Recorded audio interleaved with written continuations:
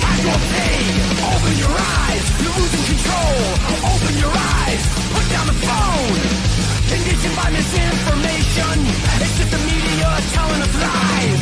Decipher fiction from the truth. Society's slow and tragic demise. Open your eyes, you're losing control. Open your eyes, put down the phone. Everyone's got their fucking opinion. What's up? All right, here we go. It's the New York Hardcore Chronicles Live, episode 425. I'm still alive. It's 425. Connecticut is in the house today. Most definitely. Hope everybody is well. I'm excited about today's show, and I hope that you are too. I feel good about this. Feel good about this one today. So I will be heard. That's right. I will be heard. Absolutely. Here come all the Connecticut people. Connecticut in the building. Hatebreed is one of the few reasons this state do not totally suck? Listen, if you're gonna put comments in the fucking chat room, look at what you posted. You know what I'm saying? Gonna be a banger, absolutely. Hope everybody is well on this Sunday. I want to wish my son Caleb a happy birthday. 26 years old, living his best life in Hollywood, California. So maybe one of these days we'll get him on the show. He's a bit of a private person. So Norway here, seen Hatebreed 6 times live. Easy, bro. I'm your editor. All right. Speaking of seeing Hatebreed 6 times, ladies and gentlemen, what's up? How many times do you think you've seen Hatebreed? 6 times? Probably over 60. No. Oh yeah, I've seen Hatebreed. 60? What are you following them around like they're the Grateful Dead? I've seen them since the beginning. I mean, I've seen them multiple times. I mean, there's a handful of bands that I never miss, you know, and they're one of those bands that just you know, I love that band. That Hatebreed is the ultimate like workout music. You know, it's the ultimate, you know, just like get all your demons out music, you know? Yeah, this is the third or fourth current or former member of Hatebreed we've had on the show? 4. Yeah, it's the 4th one. Florida Frank, we need you. Hey, Count Ralphus says Autopsy crushed Brooklyn last night. Were you there? I was not there. I was just going to ask you that. No, Count, were you there last night? Because me and Rochelle went, and here's a shot with us and Chris, who was a guest on the show fairly recently. We went last night, and they were friggin' great, man. they were fucking great. Really, really good.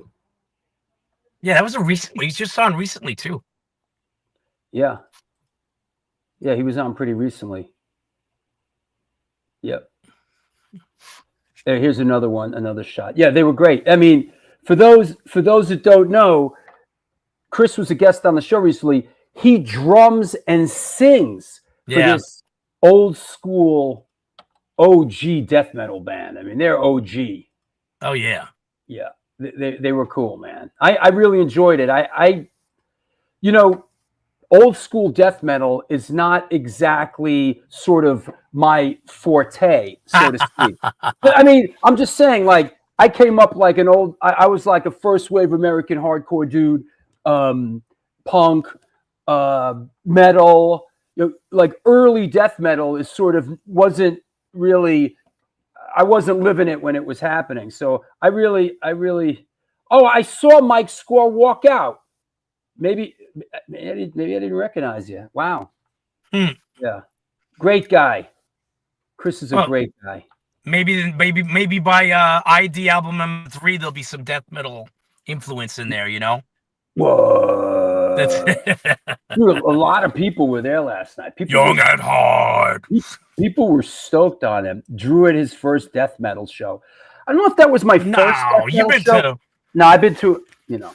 I've been to some. But I think this might have been my first like super old. No, I've seen some of it. I've seen that's not. But this was cool. I'll tell you, I think Ake has a lot of death metal in him. Oh you yeah, know, 100%. Ryan definitely has that in him as well. I mean, 100%. actually, I'm psyched we're playing with Ake at Punk Island. They're on that list. That's going to be awesome. Yeah, for those that are wondering about Punk Island, it's happening on Randall's Island on June 27th, the day before my birthday. The New York Hardcore Chronicles, the Back to the New York Hardcore Roots. We have a stage this year, and a hell of a lot of bands are playing on our stage, including well, now this is the whole thing, but Ake and Serial Poets and Butterbrain, Chemical X. We got a lot going on our stage at Punk Island this year, and we're doing the My War thing.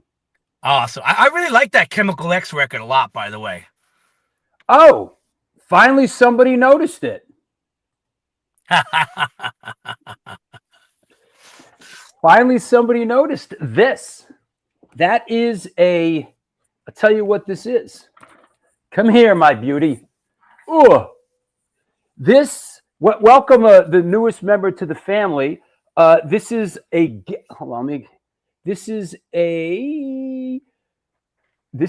Gamma bass. They are handmade custom basses. They are a new sponsor of the show, and they sent me this beautiful instrument. And this is the one I picked out. I thought it was a little bit different. It sort of has that, I don't know what they call that, the beat up war in look. The black one was cool, but I kind of went with something a little bit different. This is our newest sponsor, Gamma Bass. Distressed. That's what it is. I'm distressed. Whoa. So there you go. You know what? Let me tell you about these guys real quick. Gamma Basses. Gamma Bass guitars founded by Joey Milstein, built from one simple belief: finding a great bass that couldn't be that hard or this expensive. After decades around music, tone, and gear, he stopped searching and started creating basses that actually deliver where it counts. No gimmicks, no over-engineering, just clean design, lightweight feel, fast necks, and tone that shows up whether you're on stage or in the studio. Most Gamma basses are built to order, so it's not just another instrument off the rack. It's yours. Check out these fantastic instruments at www.gammabassguitars.com. Mention the New York Hardcore Chronicles Live and get 25% off. That's actually pretty fucking righteous. 25% off just by mentioning this Fakakta show. So that's awesome. Yeah. Are we going to see you? You got to bring it on stage. Yeah, right. That's it. You got to they should do a custom, like, put the hand grenade on there, you know? Yeah, I mean, I gotta bring it to the rehearsal. We got rehearsal. We got My War ID rehearsal on Tuesday. I gotta bring it. I gotta bring it and plug it in. See if nice. See what Tristan wants to play it. So, yeah, right. 25%. That's a serious. That's really generous. Yeah. Do it now before they change their mind. Yeah, right. Quick. Listen, you need a new bass? Make your move now. Well, watch. This poor bastard gets like 10 orders in a day. He's like, oh. Hey, that's awesome, though. Yeah. Looks a little like Brian Keelan's jazz bass, the aging. Yeah, I just thought I'd get something different. Oh, let's get the black one. Like that. Yeah. All right. What you doing in the car, man? You making a run for it? I am. I'm actually in the car because I'm about to jump off and jump on the train. I'm going to see Jesse tonight. Or I'm doing another round of Silver Manhattan. Oh, you're going to see the Jesse Malin play? Yeah, my friend Denise that her birthday was recently, so I'm taking her as a birthday gift tonight. All So, right on. and I loved it, so I'm really looking forward to seeing it again. So Cool.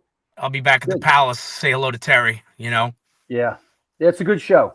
Oh, yeah, for sure it is. But I'll Yeah, be man. watching this the whole way on the train, so I'll still be in the chat room. All right, I'm sorry. It's going to be great. Oh, it definitely is. It Have a definitely good is. have a good trip. Have a good show, and we'll see you soon. That's what's up. It's the New York Hardcore Chronicles Live. We are sponsored by DTFM Vinyl Distro, Generation Records, 126 Hardcore Clothing, Women of the Pit, She Devils Covered Minty Fresh, and the Texas Silver Rush. They're a jewelry design firm and boutique store located in the birthplace of the Texas country music scene in Fredericksburg, Texas. They specialize in working with musicians in all music genres to design and create unique one-off pieces, as well as to style them for stage, album covers, promo photos, and social media exposure. The client list includes Rock and Roll Hall of Famers Greg Rolet, Ringo Starr, and of course, Agnostic Front. Information on online sales are being taken at their Facebook and Instagram pages, and of course, www.texassilverrush.com. That said, what the heck? Let's bring our guest on. Make sure everybody's okay in the chat room. Everybody's chatting away. Nobody's killing each other. There's no interlopers. We're good. What the deck? Let's clear the heck. Today's guest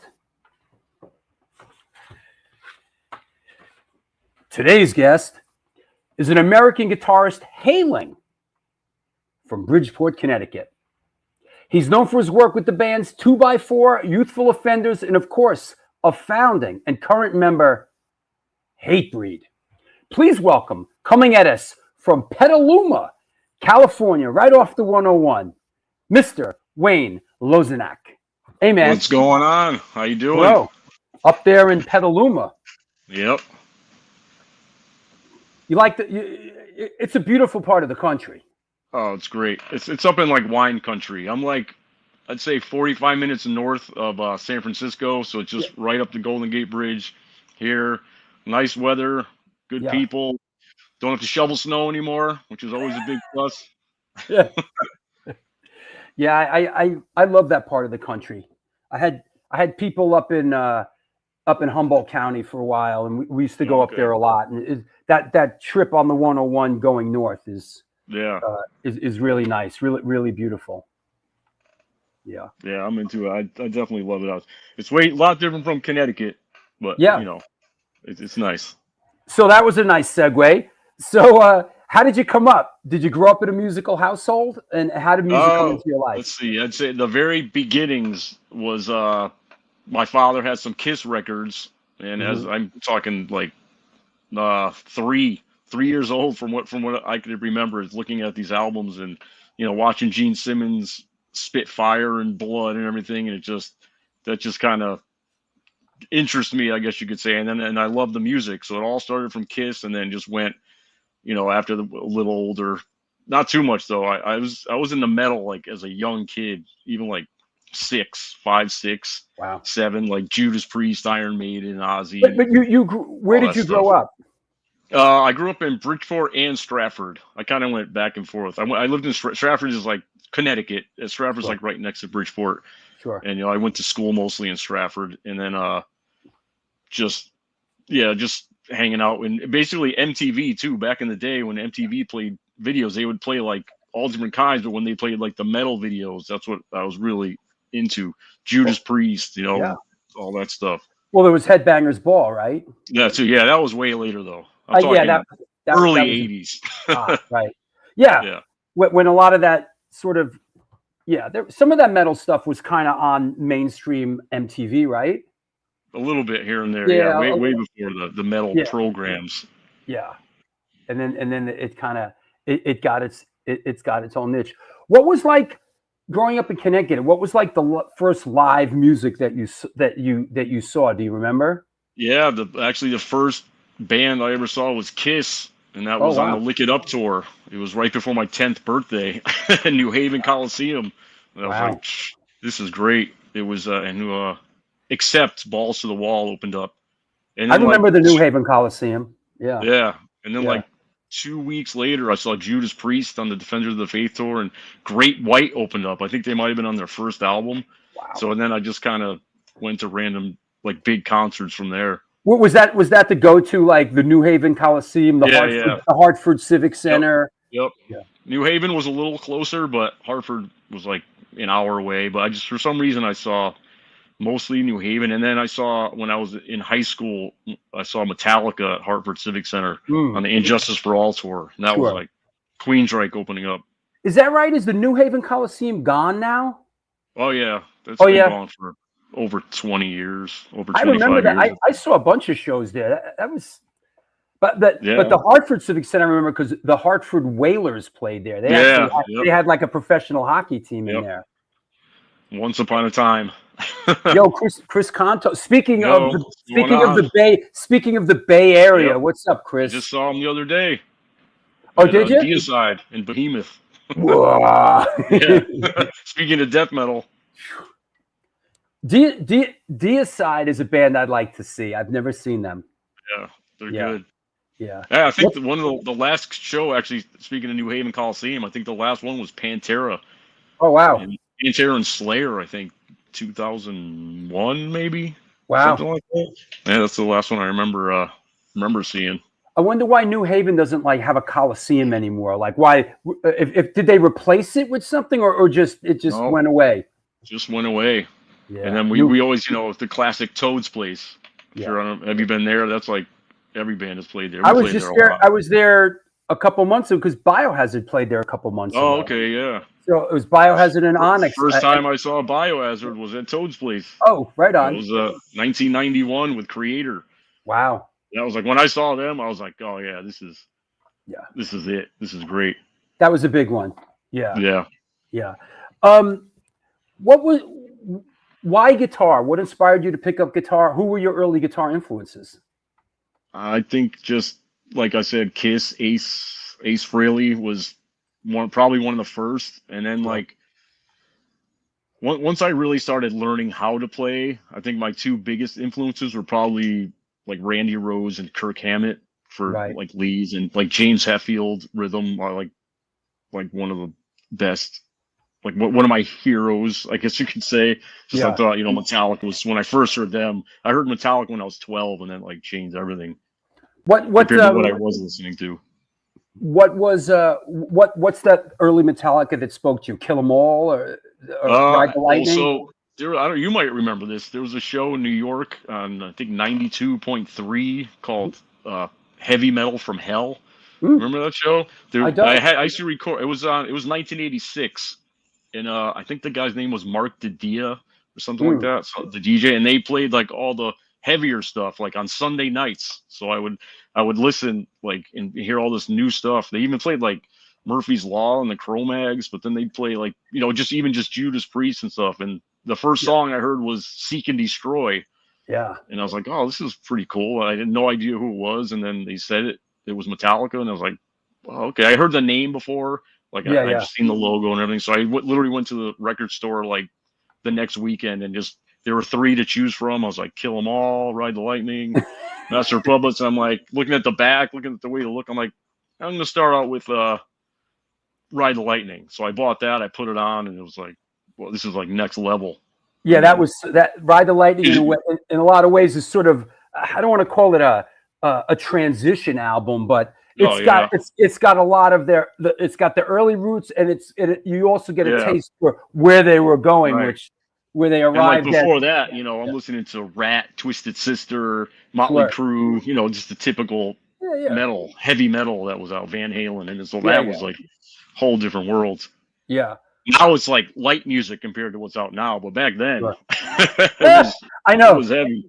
Isn't it crazy? Especially when Fire with Fire, that was I was like, that was almost scary. Hey, shouting out She Devil's Coven. Speaking of Connecticut, what's up, Rachel? Good. Thank you, and thank you for being a sponsor of the show. Connecticut represent. When you picked up guitar, you just went straight for the heavy stuff. And did you immediately start a band, and what did that look like? No, because my father had a guitar. He didn't play that great. He was very basic, but I would always just grab his guitar and just make noise. Sure. So then, let's see. I was probably 7th grade. I actually started taking lessons, so I knew what I was doing. Like, I didn't even know how to tune a guitar. I just tried to make it sound like what I was Sure. listening, find the sounds. And then, so when I was 13, 7th grade, I started playing, learn. And then when I got to high school, when I was a freshman, I joined my first band. And it was a cover band, all metal covers. We did like two originals, I think, out of the whole existence in high school, but we were mostly a cover band, just more for fun, play parties and, stuff. Did it have a Bars. name? It was called Minotaur. Oh, yeah. Yeah. We're Yeah, Minotaur. it was fun, though. We played like the high school's spring weekend, it was called. We went on like 11 o'clock in the morning on a Saturday. Awesome. Listen, with a name like Minotaur, you better believe it. We're going on at 11 a.m. on a Saturday. That's awesome. Yeah. That's really great. At what point did sort of like Minotaur wasn't sort of in the circuit, but at what point were you playing in bands that were part of the sort of that early Connecticut circuit, or did Hatebreed come soon after? Yeah, so I was in another band after that. It was like an original like thrash metal kind of death metal. It's called Azazel, and we practiced like for a while, but for some reason we never played a show. I don't know why that happened, but then I started getting into hardcore, like more. I was into hardcore in high school, but it was like more after high school where I started going to hardcore shows like every weekend, seeing all the local bands and all the other bands. So I just got more into that. And then Hatebreed was the first band I was in that was in the scene playing, originals at shows. What was the early Connecticut? I mean, of course, I remember the Tune In, but what was that? What was there an early Connecticut scene back then? What was it comprised of? So there was actually my first hardcore show was in 1990, and it was Murphy's Law, Burn, and Sub-Zero. Nice. Yeah, and it was at this place called the Anthrax in Norwalk. Oh yeah. So that was a huge scene, but it was that show. My first show was the last show of the Anthrax. So I'm like finally found this thing, and I'm like, wow, this is great. And then they're like, oh yeah, we're closed, no more shows. I'm like, oh, it was like the end of it. It was the last show of the Anthrax, yeah. And then there was a few little local clubs, and that was when I was in high school. So I was still like a full-on metalhead, but still liked hardcore. I'd go see like Leeway. There was a place called the Urban Jungle, Biohazard, the Nightbreed in Norwalk. There were some other places. Here's a shot. I think this is the old Norwalk Anthrax. Oh, okay. Right, I think that. Yeah, I think. I don't even remember. I was there once. I believe this is Norwalk, not Stanford, right? Right, gang? Oh, yeah, that's right. Stanford was the first one. Stanford was the first one, and then that was a legendary venue. But yeah, and then it probably wasn't until the Tune In opened that's when I really started going like full on every weekend, ska, punk, hardcore, whatever was playing. And then there was the Bristol Bike Exchange. Connecticut Bike Exchange. Never heard of that one. Oh yeah, we played there a lot. Like there's tons of videos on there of that show, and then that was another place. And there were like teen centers. The Beanery in Fairfield, Connecticut was another one, and then tons of places. So tell us, how did Hatebreed initially come together? What was the impetus that kind of pulled you guys together? So Jamie was in a band called Josta 14, and then he got kicked out or whatever happened. I don't know the whole story. And then Dave, Chris, and Boulder were actually in a band called Frostbite. That's a drummer, bass player in Boulder. He might have been playing guitar. I'm not even sure. I'm drawing a blank. But so there was. I know once Jamie left, he had Hatebreed like in his mind. I'm going to start a band. Like I think he had the name on flyers before there was even a band. And so there were a few different members in tried out and all this stuff. And then, but Dave Russo was like kind of like the home place in Bridgeport, Connecticut. And so I heard him jamming one time, and I remember just hanging out there. We should like drink 40s outside of his house. They're like, yeah, that's Jamie's new band, Hatebreed. I'm like, oh, that's cool, but didn't really think anything of it. And then actually, so they formed first with Larry Dwyer, Dave Russo, Chris Beatty, and Jamie. So they were a 4-piece. They wrote a few songs and they played a show with Earth Crisis Oh, at wow. the Connecticut Bike Exchange. It literally like, I think it was like an 8-minute set, something cool. I don't even think the lyrics were fully written. I think he was making them up on the spot. So I was at that show and I was like, and the place like erupted. I think it was like Mark My Words. Like, Uh-huh. and it was insane. Like nobody even heard him before. Like we didn't know. We were just like, oh, that's Jamie and everyone's new band. Mm. So then after the show, I went up to Dave. I'm like, hey, so you only have one guitar player there? And he's like, yeah, man, we'll come down and try out. I was like, all right. So I, went down, tried out, and then I was in from there. So I was in from the second show. Yep, that's it. Yeah. There's Larry, Dave, Chris, and Jamie. That's in Bridgeport too. That's 1995. That picture was taken. Yeah, this is a fucking great shot, man. This is great. Yeah. This speaks so much. This particular shot speaks so much of that era and that moment. Definitely. It does, man. It does. You guys look great, man. This is great. That's great.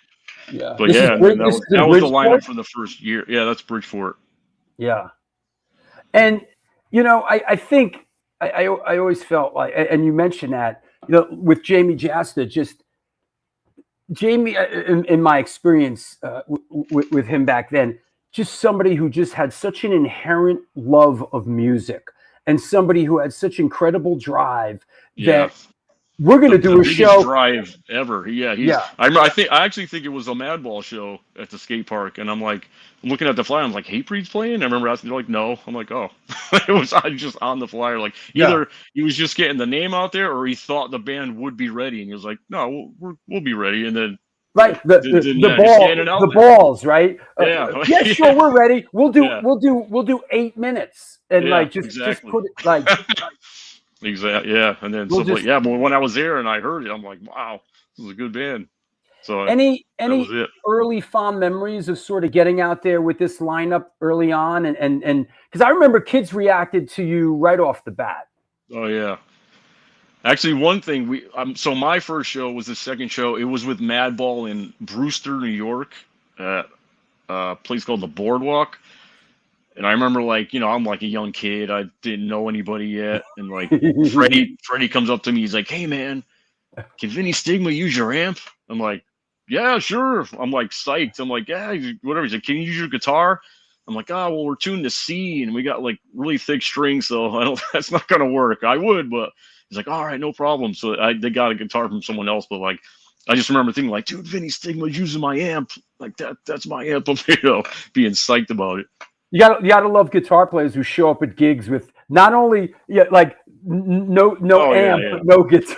I mean, Hatebreed has definitely been known to do that back in the day too. But yeah. Here's just a couple. Here's one out of the archive. I guess one thing about Hatebreed was like early on, Hatebreed would get travel, and here's one from Mount Vernon at the Lowdown. Look at this bill, 1995. Crown of Thorns, Fahrenheit, Awkward Thought, Atlas Shrugged, Hatebreed, and No Redeeming Social Value. Wow. Yep, that was a typical show. Yeah, that's a good one, man. That's a great one. Yeah. Yeah, I can't even remember. There was so many. We played so much back then. Like they all kind of run in together. A lot of them. Constantly. And this is another one. This is from the Wetlands in that same year. I remember seeing you guys at the Wetlands a couple of times. That was one of my favorite places to play, I think. Yeah. Yep. Terror Zone, Madball, 25 to Life, 1-to-1 VOD, and Hatebreed. Yeah. Was it exciting? Was it excited for you guys to come down into Manhattan and play? Oh yeah, definitely. Because it's like a whole different, especially New York hardcore. That's like the thing, So to play in that scene was it was always cool. Yeah. And I remember it was 1996 when Agnostic Front got back together. Yep. I remember playing that show. That one I was the most psyched about because by that I actually hadn't seen Agnostic Front yet. By that time, that was the first time I saw them, and we got to play with them. That was it was I think it was H2O, maybe 25 to Life. I'm looking. I And have that was at somewhere. the Wetlands. Yeah. Yeah. And then we played a bunch of them, like a bunch of the Agnostic Front shows after that one. You ready? I think do I have? Wait, there's a couple of flyers. Hold, let me get. These are great. I know it flyers. has the boots. That's the picture. The I boots got are it. in the middle. One of them. Yeah, I got it. Hold on. What are you guys doing? Yeah. Give me a second. Here it is. I zapped it. Yeah, this is it. Here we go. Yeah. Boom. There you go. The only reunion show that matters. Yeah. Agnostic Front, H2O, Maximally Hatebreed, Fury of 5. I was interestingly enough, I was managing Fury of 5 at the time, and I think I directed the Agnostic Front Gotta Go video right before this. Oh, okay. Yeah. That's cool. Nice. Yeah, that was great. Yeah. Good one. You guys kind of pretty early on, you went in and recorded. I think this was the initial demo that sort of reemerged in a lot of different forms, but this was the first. This was sort of the first Hatebreed. one, yeah. Yeah. Any memories of this sort of archaic, embryonic recording session? So this one was actually just recorded with Larry on guitar. So the music was done first. That's when I joined, and then so I was in the studio when Jamie did the vocals on this. So I remember being in the studio, and then we recorded 2 different songs at that time that went on compilations. So it was the original "Prepare for War." It was on a Stone Samarkand Fire compilation. I don't know if you know that one. And then "Mark My Words" was on a split 7-inch with like "Hold Strong" and "Cross Current." So I saw Jamie like literally, and he's writing the words in the studio like as he's singing to the demo. Well, that's one thing I do remember about early Hatebreed and Jamie is that there were like he was 7 inches and a track on a comp. He was really that was the 3-song demo. That first one you showed, right? Because then we did Under the Knife after that one. That was before Under the Knife. Got it. And then that got added onto the CD version of Under the Knife. Then they put the whole thing. Yeah, see that one. That one was like the summer of '95. We recorded that one. Where was this recorded? I don't even remember. Like up in the middle of Connecticut. Right. Windsor Locks, maybe. Windsor. Maybe. Wow, So, Windsor. yes. Windsor, Connecticut. Oof. Go deep. Go deep. I think Dave might be in the chat here. He might he'll pop up. It's like Winstead, Connecticut. Go deep. Yeah, that's way up there. Winstead That's is like, deep. That's where I went to summer camp there. That's how I but this kind of turned up in a couple of forms, right? It was this, and then added a couple demo songs. Yeah, the first one was the black tape. Right. And that was like, so me and Larry left by the time the tape was released. So if you look at it, it's like Larry and it says like Dave, Chris, Jamie, Larry and Wayne played guitar. That's like on the tape. And then then the 7-inch came out a while after that. And then the CD was like way later. I can't remember when that came out. But I actually I came back in the band again. This is actually the 3rd time technically I'm in the band. Right. We're making our way. We're making our way to that. But you got. I mean, this is sort of. I think out on the road. Hatebreed stuff. But did you guys really early on? How far out did you guys go? Playing the thing. Shows. Like you didn't get to Europe yet, right? No. See, I wasn't in this one. This one. That's actually the Satisfaction. Oh no, that's Dave Russo. That's Matt McIntosh from Satisfaction. Boulder's in there. Our friend Big Mike. But there's Dave Russo is the drummer in between Chris and Matt. He's the one that played on the Knife, and he was in and out of the band like a million times. He did Warped Tour. That might even be Warped Tour, maybe '98. But see, I didn't tour. That's why I didn't stay in the band. I was like, I do it for fun. I play on the weekends. I got a job. I'm working at JCPenney, not that it was a great job, but it was a job. I wasn't making money. So that's why. So I never toured until like recently.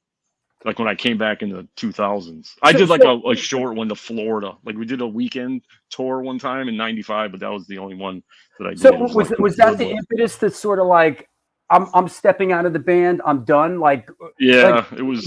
Good Lord, man. What was the logic? What was going on there? Man. Oh, yeah. Well, yeah, later on, I'm like, looking in magazines and seeing Hatebreed and then the video. I'm like, oh, man.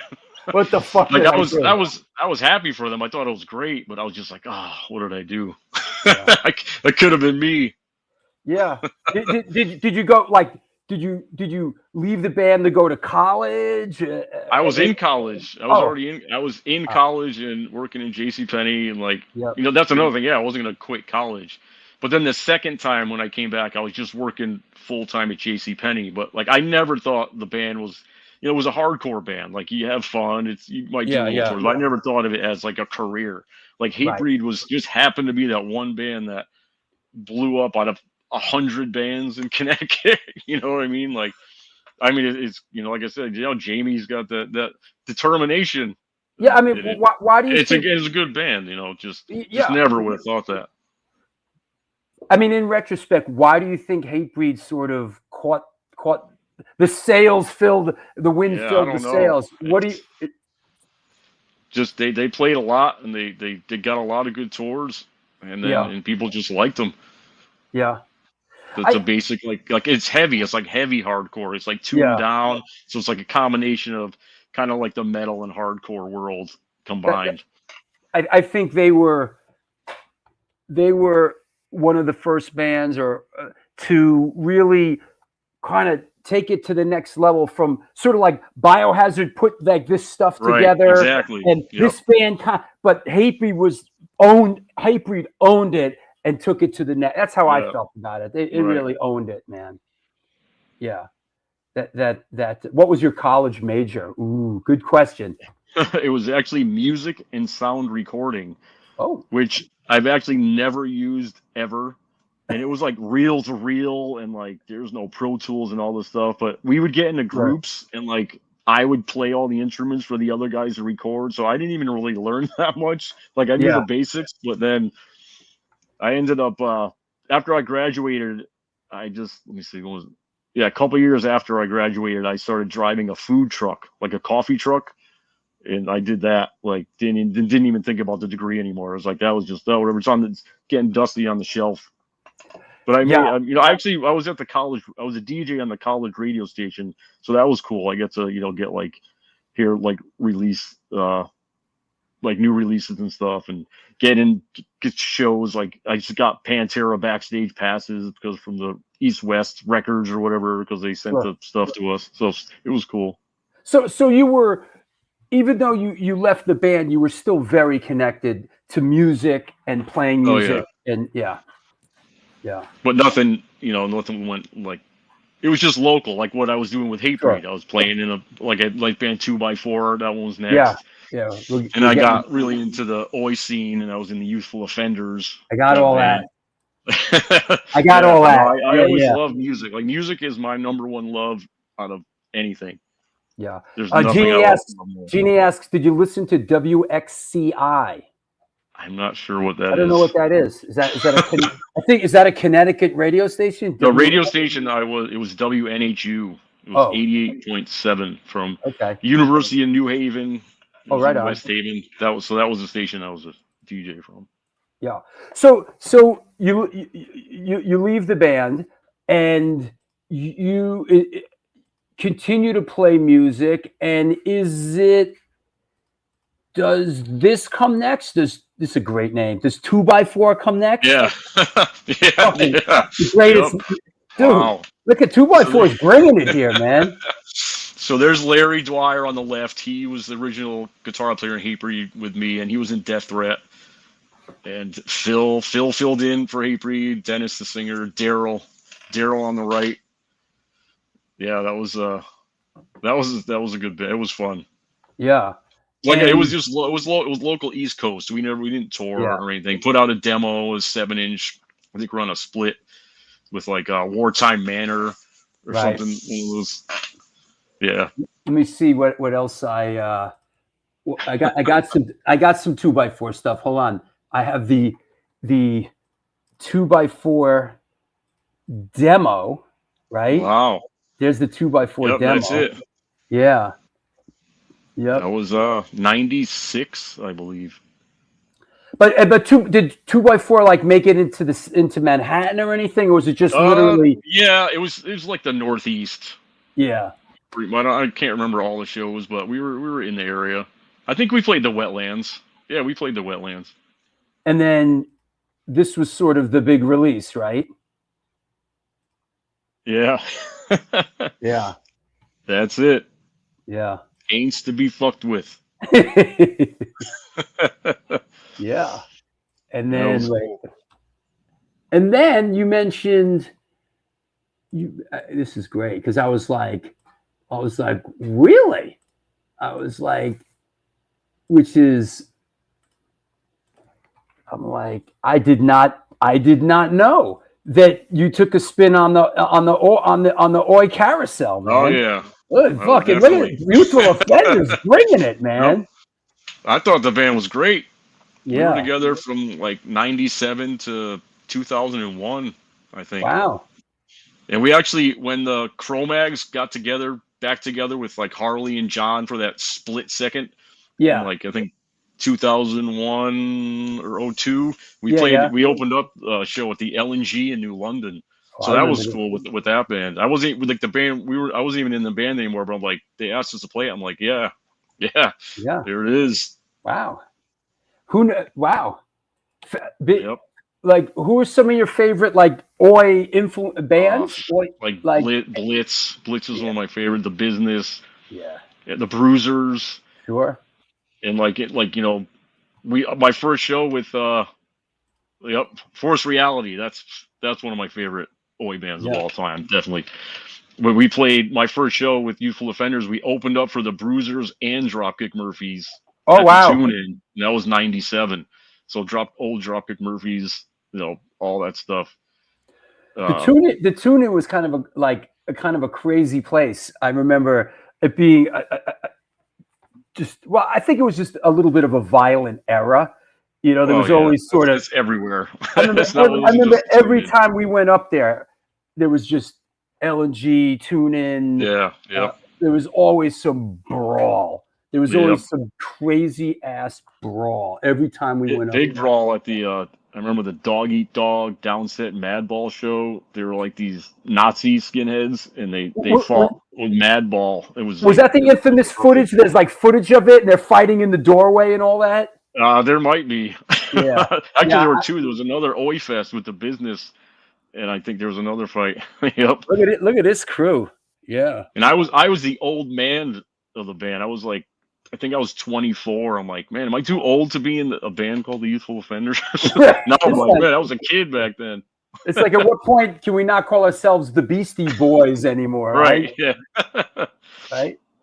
Walter says, I was there. Nice. Which one?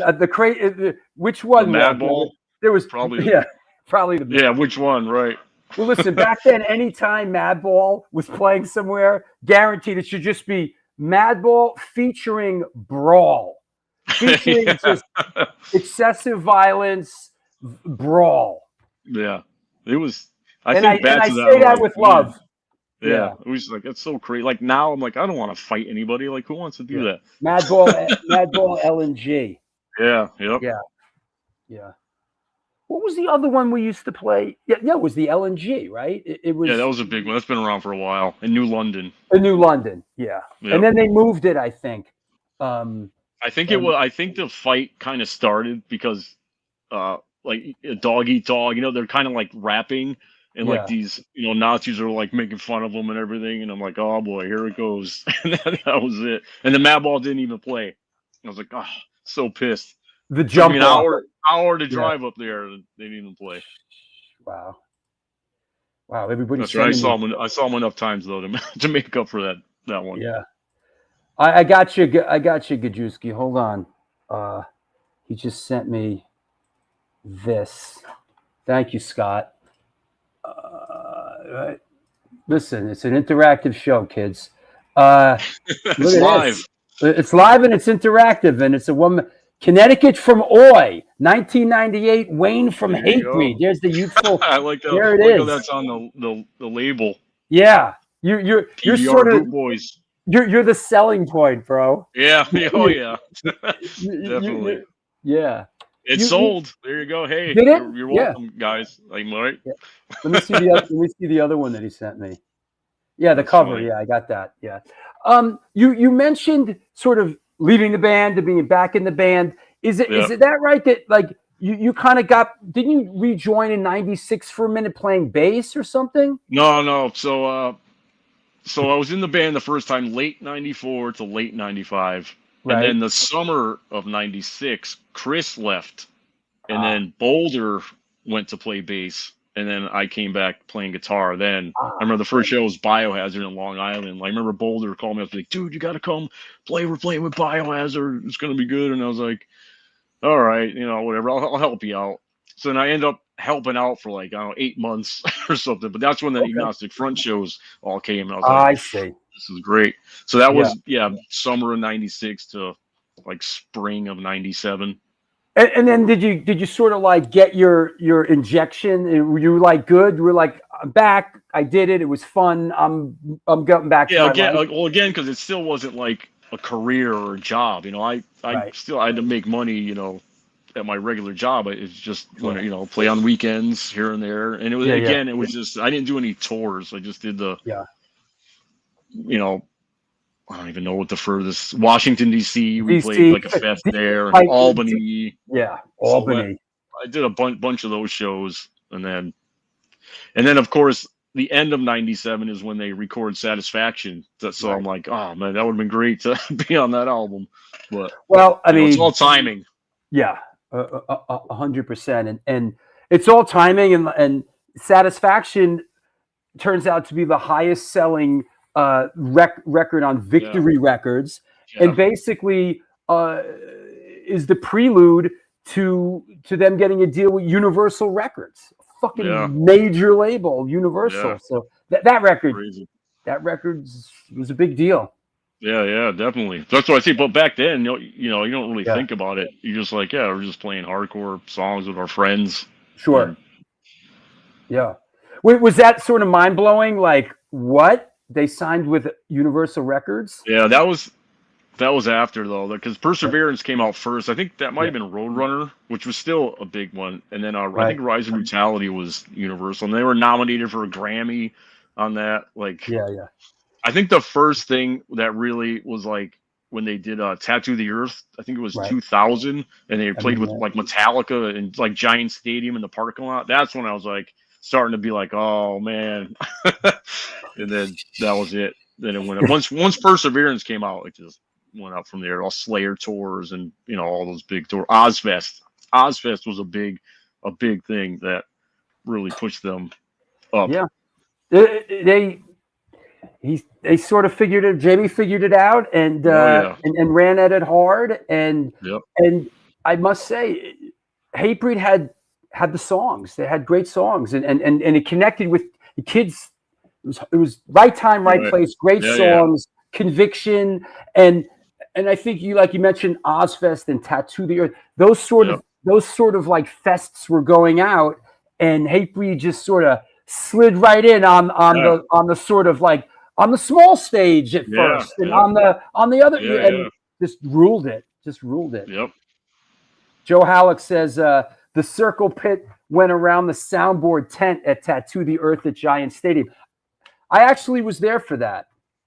I missed that one. Yeah, I don't know why. For some reason, I was there. I was shot. What's his name? I'm drawing a blank. The singer for Slipknot. Corey Taylor. Corey. Yeah. Hold on. I drew a blank. Let me see. Where's my? I have a shot of me and him outside, right in front of the stadium. Oh, okay. Yeah. I don't know where that is. Yeah. So, Hatebreed's Power and Delivery came. So, how did you? how did you? I mean, obviously, like you kind of left. You were around. You never fell out with them. You were still No, no. pals. I You was, were, you were always yeah. still pals with the guys, Oh right? yeah. I went to every show that came to Connecticut, and Yeah. sometimes, Massachusetts or New York. So yeah, it was just like, wow, this is great. Like watching it, Yeah. happen. So I was there, yeah, from the whole time. Here's the shot I was looking for. A quick one. Here's me and Corey at the bus between the buses. This is at Giant Stadium at Tattoo the Earth. Yeah. Wow. back in the day, man. Yep. Yeah. I think That was you know I who think was that's Sid. Is that Sid? I think it was With it was Corey, if I remember yeah. correctly. Mask. I'll have to go back Yeah. and look at the old masks. Yeah. Sid we were tight with. We liked Sid. Okay. Sid was the guy we really liked back then. Yeah. Well, he was from he knew I was doing the street bike stuff, and he was tight with my guys from Iowa. Okay. So you start working for the band as a tech, is that right? Yeah. So 2006, I'm talking to Chris, and he was like in Australia, and I'm on the phone. He's like, I need a new tech, and I'm driving a coffee truck like in Bridgeport, like freezing cold at 5 a.m, selling egg sandwiches and coffee to angry construction workers. And Right. I'm like, oh, I'll do it. And he's like, yeah. And I was like, yeah, why not? I'll change your strings and plug in your amps and tour the world and get paid for whatever. It's like, Sure. all right, let me talk to the guys or whatever, and I'll get back to you. And he's like, all right, you're in. And I was like, all right. So then that was 2006, and I never teched in my life. All I knew was how to play myself, like set up my own gear. But I was like, I could do it. Well, And, you're a good. I mean, you're a competent guitar like I know player. the basic, Yeah. But once you realize there's a lot to it, more than you would think. But, And especially when you're working at that level, it's not yeah, like it was Ozfest 06 main stage, and it was a whole different world of like, it was like they went on right before Avenged Sevenfold, so it was like 10-minute changeover or something. Everything was like on wheels. They had all these stacks all plugged in, and it was just like it was intense. That's for trial by sure. fire, huh? Yeah, oh yeah, definitely. That's for sure. And who were you teching for? I was teching for Chris and Frank. The both. So I was on stage right. Yeah. Yeah. Well, I think. But it those was guys, fun. That was one of the most fun tours, even just as a crew guy, as a tech. But one of my origins, and the first thing, like I've never toured before, like a real tour. So it was like the whole thing was a whole new experience. It's great, and I was not paid for it, Yeah, and exciting. Those Ozfests Oh yeah. would come to town, and it was like they would take over. I mean, So it was a party every night. Just back then, when we were younger, it was just nonstop. Insane. Do you remember who was on that tour? Was that Ozzy or Sabbath? It was Ozzy, but he didn't even play every show. It was weird. Right. He only did certain ones. But System of a Down was basically the headliner. Right. System of a Down, Avenged Sevenfold, Disturbed, Avenged Sevenfold, Lacuna Coil, Dragon Force, and then like the second stage was like Black Label Society, Bleeding Through, Unearth. A lot of times, I remember the second stage was sort of pretty great. I saw Motorhead on the second stage once. Nice. And, I saw some great bands. Life of Agony. Yeah. Good stuff. Who else? And you did some other teching, right? Yeah. So actually, so I went from like brand new, not knowing anything, learning on the job. And then the next artist I worked for the next year was Rihanna, that was a whole different level and thing. There you go. There's Dave. That's our original drummer right there, Dave Russo. We our tour manager at the time, he was going to work for Rihanna, and I was like, you better. This is when I'm still the tech, so I was like, you better give me a job. He's like, oh yeah, I got you. I was like, all right. And then he called me up. Sure enough, he's like, dude, you want to come out? I got you in. I'm like, hell yeah. So I did that. And who Nuno wasn't her. No, it was before that. It was. I think the band was kind of new. Like she used to just have a DJ way back. So it was more of a new thing, and it was it was 2007, so it was right when that song Umbrella came out. If you know that song, Yeah, Good Girl Gone Bad tour. Mm-hmm. So, but it was, I mean, and we did a co-headlining tour with Akon in Canada, and it was they were like hockey arenas, but it wasn't like huge. They were like 8,000 capacity maybe. But then there was all the festivals, so there'd be like 50 Cent and Kanye and Soulja Boy. Wow, that must have been really. T-Pain, all those people on it. That's wild. And like I did the David Letterman show and the Ellen show. So when they would play, so it was definitely a whole different experience for that one. That was cool. That's exciting to get out there at that level and do that kind of a tour. Yeah. From the tune in to Madison Square Garden, right? And that's kind of exciting. Right. Yeah. No, it was cool. Did anybody else did once you established tech? Yeah. So then I think Exodus was the next one, and Gary Holt like called me up personally. He's like, "Hey man, I want you to be my tech," and I'm like, "Yeah, okay." Like that's another one of the biggest thrash bands, huge influence, because we toured with Exodus when I was a tech for Hatebreed, so that's how I met those guys. And there you go.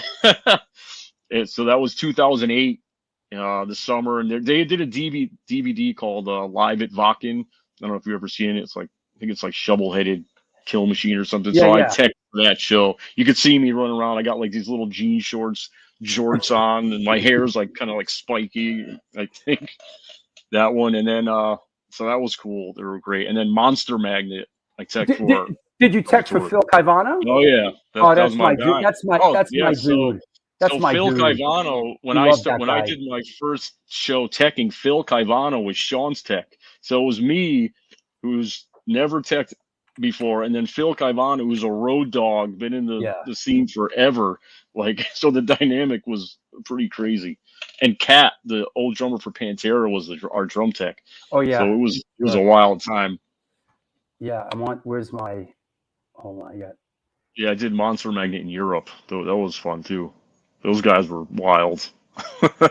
Those were wild after parties. That's all I'll say about that.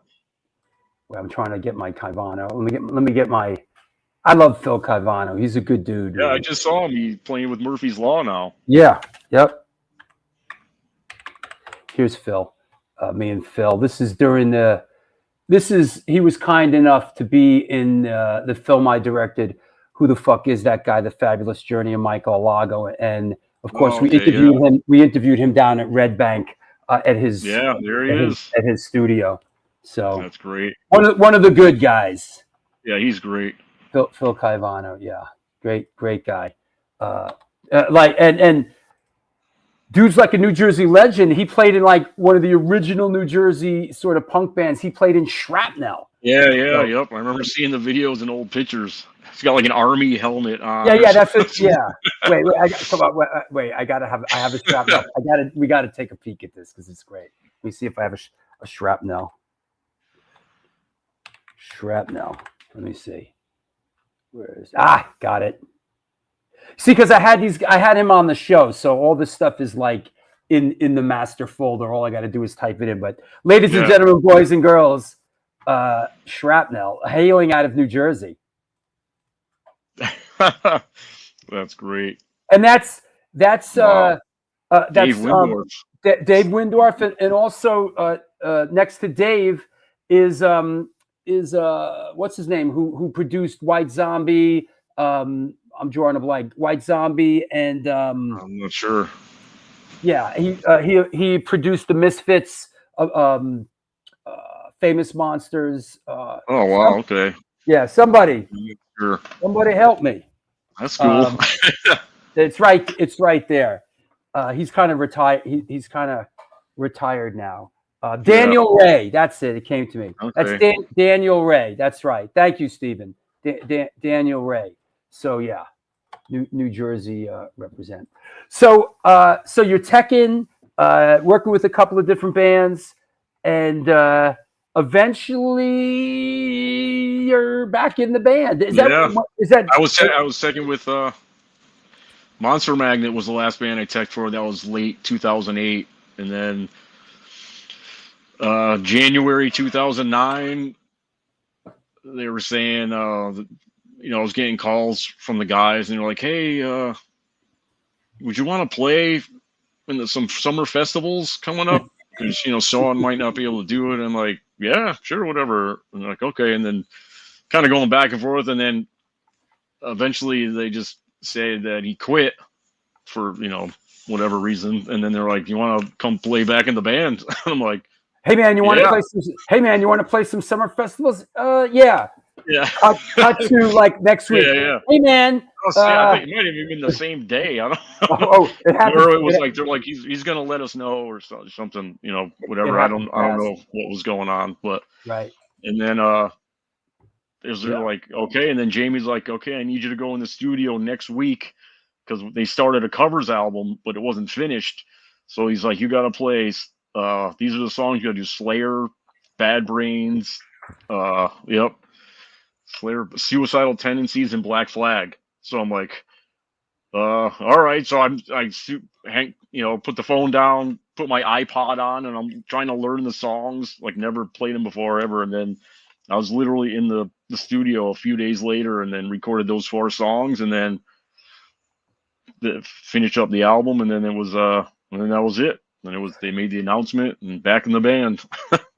By the way, this morning, as I was doing the pre-show routine of, it usually takes 2 hours on the show day of, cutting and pasting and putting it on other, Facebook pages and doing all the social media shit for the show.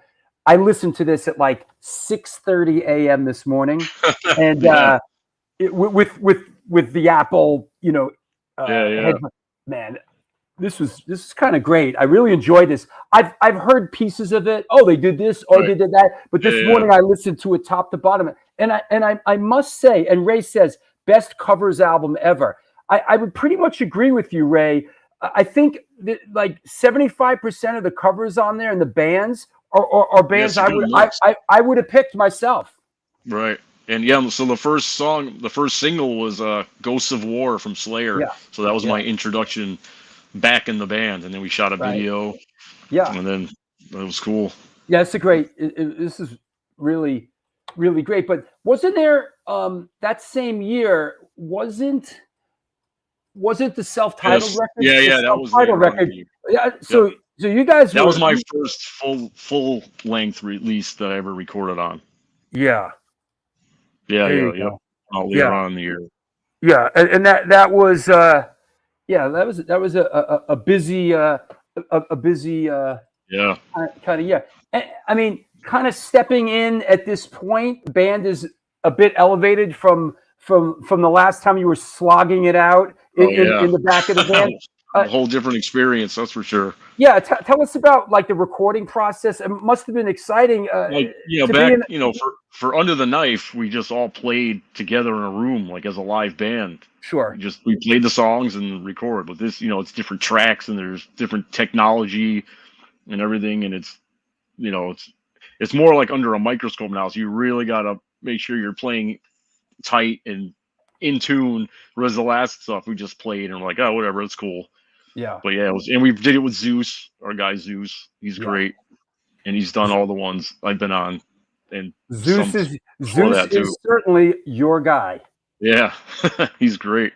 Yeah, no, it was good. And then we did like a document, like interviews too on the bonus DVD with that one. If you bought the bonus one, so that was another new experience, and it was cool. I might be jumping. When did Matt Hyde enter the picture? That was earlier. That was like, I think, Perseverance. Okay. I think he did that one, and Zeus was like an assistant or something on it.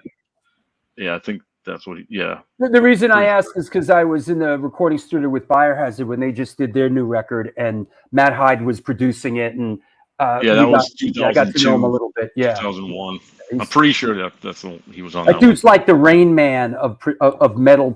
He's like of metal production. He's like the Rain Man. It's like holy shit. That guy will hear like one off note in a basic track. Like what? That's good. That's what you want. Yeah. He's like that third. They're like, what? Yeah. The Right. fuck did he hear that? You know? So yeah. So that said, you know what?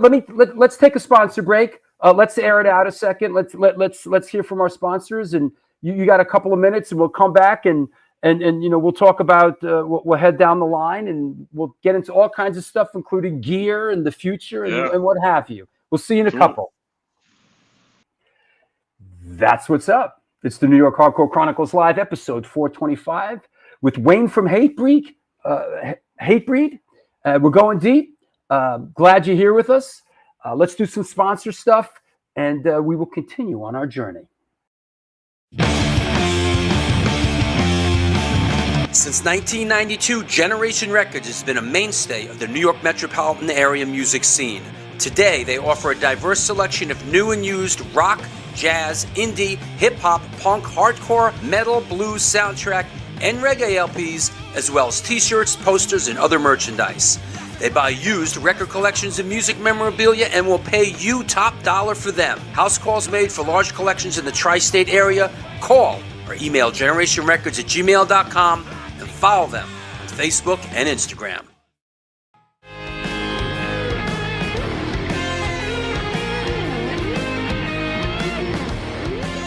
Will that be cash or debt? Do you mean debit? Yes.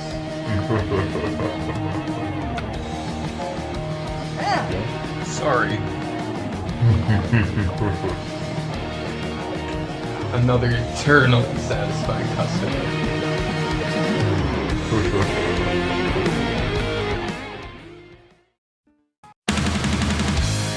Yo, what's happening? I'm out here at one of our all-ages Sunday matinees on the Bowery. I hope that you are enjoying today's show. I just want to let you know that the New York Hardcore Chronicles Live needs your support.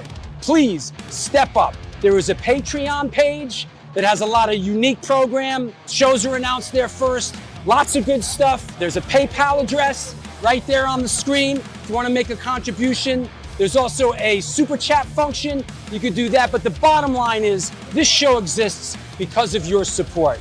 We're going to be doing it for a long, long time. Thank you for all your support through the years.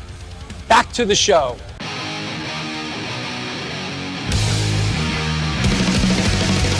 Conditioned by indoctrination, conditioned by society.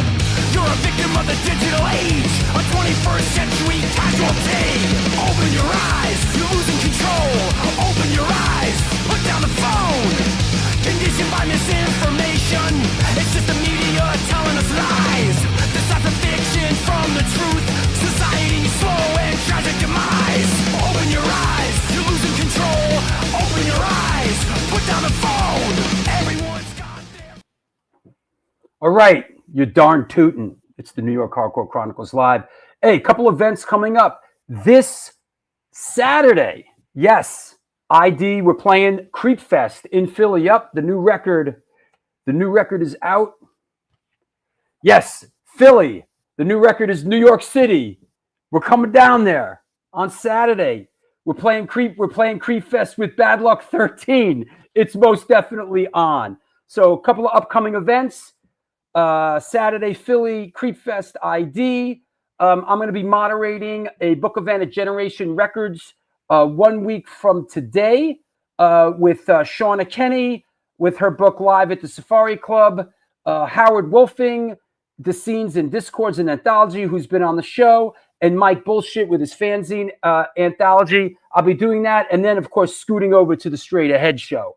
ID is doing our record release event at Generations. We're performing, and there's going to be a Q&A moderated by Chris Ruffini of the What Lies Ahead podcast. That is Saturday, May 2nd. Enziguri, Enrage, American Eagle, United Blood, Concrete Burial. That's the next 16-plus matinee we're doing. Looks like we are moving this one back to our home at the Bowery Palace, formerly the Bowery Electric. Looks like we're going to be moving this one. We'll get on that as soon as possible. Yep, first show in Tompkins Square Park, Memorial Day weekend. Mephistopheles ID, the Phoenix Within, and Star Car, featuring Sab Gray from formerly of Iron Cross. Tompkins Square Park, Memorial Day weekend. And then Sunday, May 31st, Overthrow, Brass Knuckle Brigade, Destroy Myself, Cancer, Fractured Time of Faith. Also at A7, we are considering moving this over now that we can get back into the Bowery Electric, now known as the Bowery Palace. Kind of want to move them over there. That is our home. And then actually we're doing Creep Fest there, back at the Bowery Palace, Sunday, June 7th. So that said, like I said, just want to remind everybody that the ID record is out. Here is where the QR codes at. Where them QR codes at? A widget. It's a widget. There's the QR code, the ID record. Pick it up. Please support. Hey, doesn't that dude look familiar? It looks like the Blue Man Group. Pick it up. That code is for Creep Records in the States. Pick up your communication device and scan it, please. And this one is for Europe. Demons Run Amok in Europe. So make your move. Good, Vincent. How are you? Would be cool to get some of the guys from Bad Luck. If that'll happen, we'll get. We got 2 shows with them, so we'll get Jason. We'll get. Who looked up the Gamma Bass? That's right. New sponsor. Good stuff. That said, let's bring our guest back on from the Mighty Hatebreed, Wayne Lozinak. Yeah, man. Hey, what ethnicity are you, Lozinak? It's actually Lozinak. I apologize. It's okay though. That's from Slovakia. So that's my father's side, and my mother is 100% Italian. Got it. So that's my combo, Italian and Slovak. You got it. Makes sense. Let's see. Let's get back on it. Just kind of throwing things out there, like against the wall. What was the Merkins? So, do you know Phil Demmel? He used to Of play in course. Machine Head. Yeah, he's in Violence and course. Kerry King Yep. and a Category 7. So I live kind of close. He lives like an hour away up in the Bay Area. And he does a cover band show with tons of musicians. There's like everyone in the area. Phil does it? Phil Demmel, yeah, he orchestrates the whole thing, puts it all together, and it's usually sometimes we'll just do like for fun at he owns a little bar called the Back Lounge in Dublin, California. Mm-hmm. But a lot of times it'll be a benefit, and we'll rent out a hall for a cause, and then so it's like there's sometimes like 75 musicians where there's 4 guitar players on stage, there's keyboards, there's everything, and everyone kind of rotates in. He plays almost every song, and it's like 3 or 4 hours. I can't, something crazy like that, but it's like really fun because then I'm up there playing, Ozzy and Metallica and but then I play like Billy Idol, I think, all random stuff. That's Motorhead, and we play with different musicians too, like guys from Rancid, some Matt Freeman and Lars come down and just Testament. Not at that level, but it reminds me of sort of this My War thing that we do, where we have different singers come up, and it is really fun. Yeah, it's a great time because so many people are involved. It's like it's a lot of fun. That kind of stuff. Yeah. We love that. Yeah, and Marta, yes. Marta from Bleeding Through, that's Phil's wife, so she's also there doing a lot. Phil is an incredible journeyman musician. He is. Oh, yeah. He is a workhorse. Incredibly talented, and just the amount. Yeah, they asked him to fill in for Slayer. Like he had to go fill in for some shows, and he was literally learning the songs on the plane. He said he just plugged in, he just listened, and he's like Overkill, Lamb of God, Testament. Like he's good. It's one thing when you and I know you probably know this, is that it's one thing you think you know a song because you've listened to it your whole life. But when you're on the spot and you actually have to play it, Oh, yeah. like some things aren't. You think, oh, yeah, no problem, Yeah. and then you're like, oh shit. And then when you really focus to listen, you Yeah. hear these things you never even heard That's before. right. And you're like, oh, I never even noticed that. And like, I never, because Yeah. sometimes you'll just play for fun, and you're like, oh, I Yeah. didn't even, I wasn't doing that right. Yeah. Actually, Mike Pooch from Sworn Enemy flies out and plays sometimes. Oh, is that right? Yeah. And even the things that you like Black Flag and like oh, you think it's so easy until and then you're like, Right. it's like what? Because Yeah. a lot of those early punk and hardcore stuff, there's a lot of like mistakes that Oh, are yeah. now sort of that's Yeah. that's it. It's a mistake. You're trying to play it like they play Yeah. it. Like, It's a yeah, fucking- that's Thirsty and Miserable. That's the song, one of the songs I Yeah, did. yeah. And it has like a guitar solo in it. yeah. Oh, I got a friend here. Oh, who's that? Aw, It's Mari. Mari being a menace. that's a male, Sorry. Female. female. Yep. Um, Mari Kit. It's actually Nice. a Filipino name. There you go.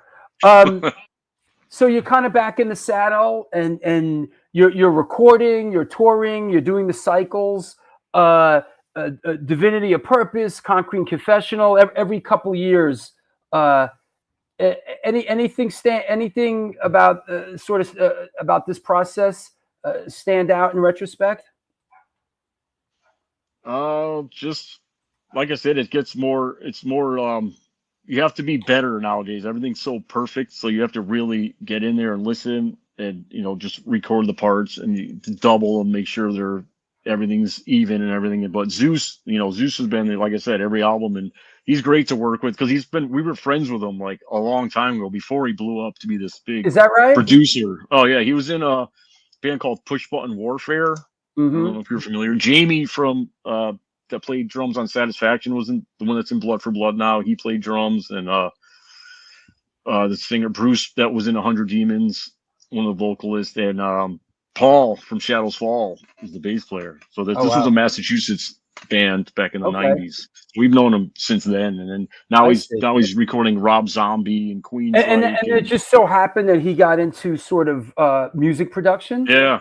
I think he just started recording like demos for like Death Threat or bands like that. Yeah. He just kind of kept going up and up from there. Yeah. This, I believe, Weight of False Self was the last studio record you guys did, right? Yep.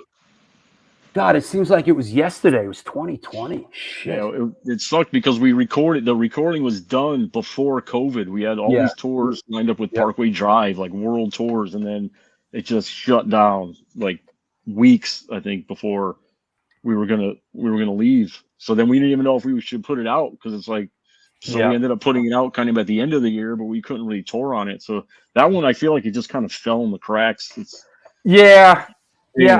Jamie was on the show around this time, and his frustration was palatable because he felt like we made this great record and we're kind of hamstrung. We can't really get out there and work it, and it was a frustrating time for a lot of bands.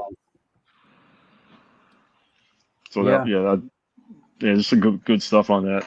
Yeah, that was our first tour back was 2021. We got lucky and got the Megadeth Lamb of God Tribute tour. So it was like I got right back in as soon as we could. We were right back out there. But that album speaking of the pandemic, like how did that play out for you? How did you keep busy? What did you do?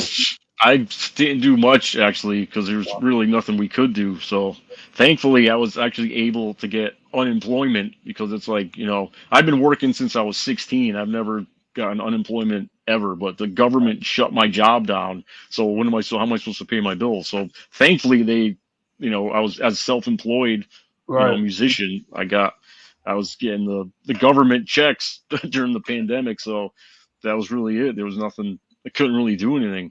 I was just waiting to go back on tour. You hung in there. Yeah, just like couldn't wait for it to be over. I mean, that was it. It stretched on a long time. It was pretty crazy, and I have mixed feelings about it. That's how the show started, and the show's turned into my life. So kind of it was really good. It was really good to me. Yeah. In a certain regard, no, it really was. So, but for a lot of musicians, it was a tough time. It was Yeah. a tough time. And then Like I said, if I couldn't get that unemployment, I don't know, like what am I going to do? Go get a job at Home Depot? You know, it's like crazy. I have a career, and I've been doing this now for 17 years. I've been touring for 20. Yep. And then it just got shut down. I never thought that would happen. Like, you'd never expect that. Crazy, man. It was because even if the band, like, say the band something happened, I could at least go out and get a tech job with someone just to pay the bills.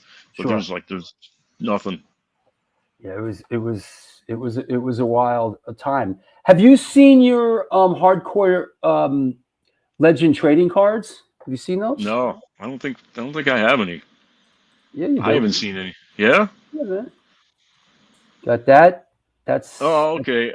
I was thinking of something else. That's one of them. Yeah. Yeah, and I have the back. I have actually. He sent me. There's a couple. Hold on. There's. Well, and there's the back, and with all your stats. So, yeah, I've never seen that actually. Yeah, weird. Yep. Got to put ice pick on there. Yeah, he actually sent he and Blackened. Blackened was another band I played with. That was right. Oh, he sent it to me. Wait. Scratch that. Hold on. Since we've been talking, hold on. Get rid of that. Let me get the right one. Sorry. I think there might be more. Sorry, Josh. Sorry, Josh. Didn't mean to. People send me shit during the show. It's like I'm doing the friggin' show, man. Let me see this. Oh, here it is. There you go. This is. I think this one. Since we've been talking, he's been scrambling, and this one seems to have ice pick, and you got to get Blackened on there, man. Minotaur, Azazel with an E.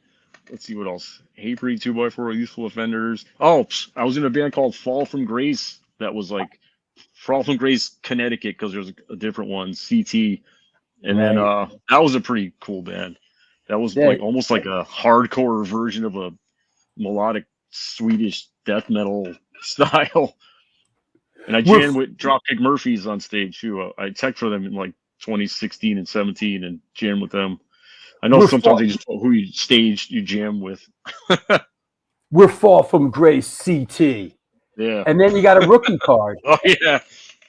That was the Shelter show that we played actually in the boardwalk, and they busted into I remember this guy. I remember seeing the picture. They busted in to break down the walls, and it was just the place went nuts. I think I was actually trying to make sure no one bumped into Purcell. Did Hatebreed play with Shelter? Yeah, Hatebreed, Shelter, and Snapcase. There's a flyer going around for that. That was like early '95. That should have been called When Worlds Collide. Yeah, it's like Hatebreed, Shelter, Snapcase. Wow. That's. Oh wait, there's one. Well, what is this one, Josh? You know, Josh. This is. I'm not sure what is this. This is another one. This one's actually. I guess he's doing these sort of the other way, this way. Yeah. Nice. Oh, that looks like this is hardcore 2022. Yeah, that's what that is. Yeah. Oh, he said I just like this picture a lot. He said. Nice. Yeah, I didn't even know there was one. I didn't seen that yet. Yeah, Josh, get in touch with Wayne about send him the cards. How's your health? How you feeling these days? I know you went through kind of a crazy situation, man, and it came out of left field. Is it? Are you okay talking about it? Yeah. So most people know me. I had a brain tumor last summer, or I was diagnosed. I guess I had it it was there for years, and I had no idea. And it just it was weird. I was at a festival, and my lip got numb, and for no reason, which it just felt weird, like out of nowhere. But it only lasted for like 10 minutes, so I was like, okay, that was different. Like my lip and chin, felt like I was just got in the dentist or something. And then whatever, it went away, and then later on in the night, we were at Download Festival in England, and I'm talking to Matt Byrne, our drummer, and I was saying weird words, like it wasn't coming out, and I heard it, and he's like, what? And I was just like, I don't know, whatever. And then it happened again. I was talking to my tech, like I could say some things, but I couldn't say other things. It was like I forgot how to speak. Were you able to get on stage and play? This was after we were already done, because we played earlier in the afternoon. I see. This was we were going back to the bus to leave like 11 at night. Sure. And then it was so weird. It was like I was trying, because I was jet lagged, so I was taking naps every day. And then this day I just fought through it. I'm like, I'm gonna stay up. I don't care how tired I am. And I was like dead tired, but I was like, whatever, just get on this time zone. And then I was trying to say that I think I didn't take a nap today, and I could not say the word nap, like, to save my life. I was spelling it in my head, like going NAP, and I was like, and they're looking at me like, what? And I'm just like, and I just couldn't talk. And then I was like, I don't know what's happening. Like I could say that, but it was just so weird. And then I'm just like, just go to bed. Did you feel something was going on? Were you scared? Like, what's wrong with me? I thought I was just so tired, whatever. Right. And then I started getting a headache too. So then they were just like, just go. And my guitar tech thought I was having a nervous breakdown. He's like, whoa, relax, because I was freaking out. And then I just went to bed, and I woke up the next day, and I was literally in my bunk, like trying to talk before I got out of it to see if I could talk. And I'm like, hello, how are you? I was like, okay. And I just got up and I saw it. They're like, dude, what the hell? And I was like, I don't know. I have no idea. So then I called my girlfriend, Kat, and I'm like, this weird thing happened, blah, blah, blah. And she's like, what? You better go to the doctor. I'm like, no, I think I was just tired. And she's like, if you don't go, I'm flying out there and dragging you. And I was like, all right, fine. We had a day off the next day. They're good like that. They're good like that. Yep. Our tour manager, Sloom, I don't know if you know him. Yeah, of course. He's a legend in the scene. He's like, okay, I go with you. We'll go. Don't worry. I was like, so I went, and then doing all these physical tests, like put your hands up. Can you do this? Does this feel numb? And this was in France. You went to the hospital. Was there going? I mean, I can't imagine going to a hospital in another country and not speaking the language. Some of them didn't speak that good of English. Certain places they do, but sometimes France, they don't all speak. So, but there was one person that was really, she was good, and she did all the stuff, and she's like, hold on. So I'm sitting there, I'm like, oh, and then they're like, you might have to stay overnight. I was like, I can't do that. I'm on tour. I got shows to play. And then they're like, well, just at least get a CT scan. And then I'm like, all right, fine. So I told my tour manager, he went back, and I did it. And then I'm sitting in because I thought maybe I had a mild stroke. That's what it seemed like the symptoms were. But in your words, right? Yeah. Yeah. So then two of them come in the room, and they're like, well, you didn't have a stroke, but you have a brain tumor. And I'm just like, because I'm freaking out, because I don't know, like, I'm thinking like, am I going to die? Like, that's bad, like, from what you hear. And then they're like, oh, I think you should stay overnight and get a MRI tomorrow, and then we'll be able to tell better. So then, I had to call the band members and be like, yo, I have a brain tumor. And they're like, like freaking out. And then, Jamie was going to cancel the tour, and then all this, because we had all summer, we had tours back to back, like nonstop. And then they decided to just, get someone to fill in and all that. So I was like, yeah, that's totally cool, whatever. And then, so I got the MRI. My girlfriend they got somebody on a moment's notice to kind of come in and finish the tour. So we actually had Matt Bashand from Shadows Fall filling in on bass. Right. And then he went over to guitar, and Carl, who used to play in Terror with Frank, and he sings for First Blood. He lives in Europe, so they were able to get him. He filled in for Hatebreed a while back on bass, so he's done it before. And then he was available, and they just got him, and then they finished out the whole summer, them two. And then you went back home and got surgery? Yeah, because so I got the MRI, and then they told me, so I'm freaking out all night by myself in this dark room, not knowing anything, like scared. Woo. And then by 5 o'clock the next day, in the afternoon or whatever, they're like, so good news, it's benign, there's no cancer, it's not an emergency, but you can go back home to get it taken care of, but you have to get it removed within the next 3 months. So I was like, all right, went home, I called, got another MRI and all that and everything out here. And then thankfully I had my girlfriend Kat's cousin, Kim. Shout out to Kim. She works at the hospital, and she's like, go to this, get this guy. He's the best surgeon, best neurosurgeon. You know, I trust my life with him. So we were able to get him, got the surgery done, and he did a great job. You know, I can't even see the scar now. It's like under my hair. Like, I don't know if you saw the photo. I had like the staples in my head. I had like 33 staples or so. Yeah. So that they sliced my skull open like crazy. I have a metal plate in my head now, and like from like keeping the skull, like the flap down, I guess. And then Wow. I was on That's medication gnarly. for a while, and when I came out of surgery, I actually had, I guess it was more stuck than they thought. So I had a mild stroke when I came out, and I couldn't talk at all when I woke up the next day. Like I had to get speech therapy, and it was like I forgot how to say English. It was like I was a caveman or something, like nothing, not one word. And then, or like, it started slowly coming back, and it was like, you know, they're looking at it like, what's this? And I'm like, pencil. It was like teaching Wow. like a 2-year-old or Yeah, something. yeah. And by the Wow. end of the week, I was talking again. And what's It was crazy is insane. all these years, this thing's building up in your Yeah. head. You It's never just, had any idea? yeah, they said because it's such a, I guess it grows so slow. But the thing, it was like that big, like the tumor, when it was pushing my brain over to the side. That's what, that Woo-hoo. must have been why it was in my speech center of the brain. Well, it certainly gives you a new appreciation for life, doesn't it? Oh yeah, definitely.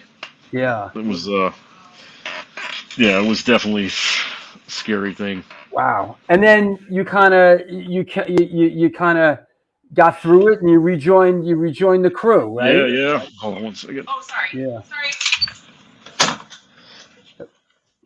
Sorry. Yeah. Okay. She's sorry too.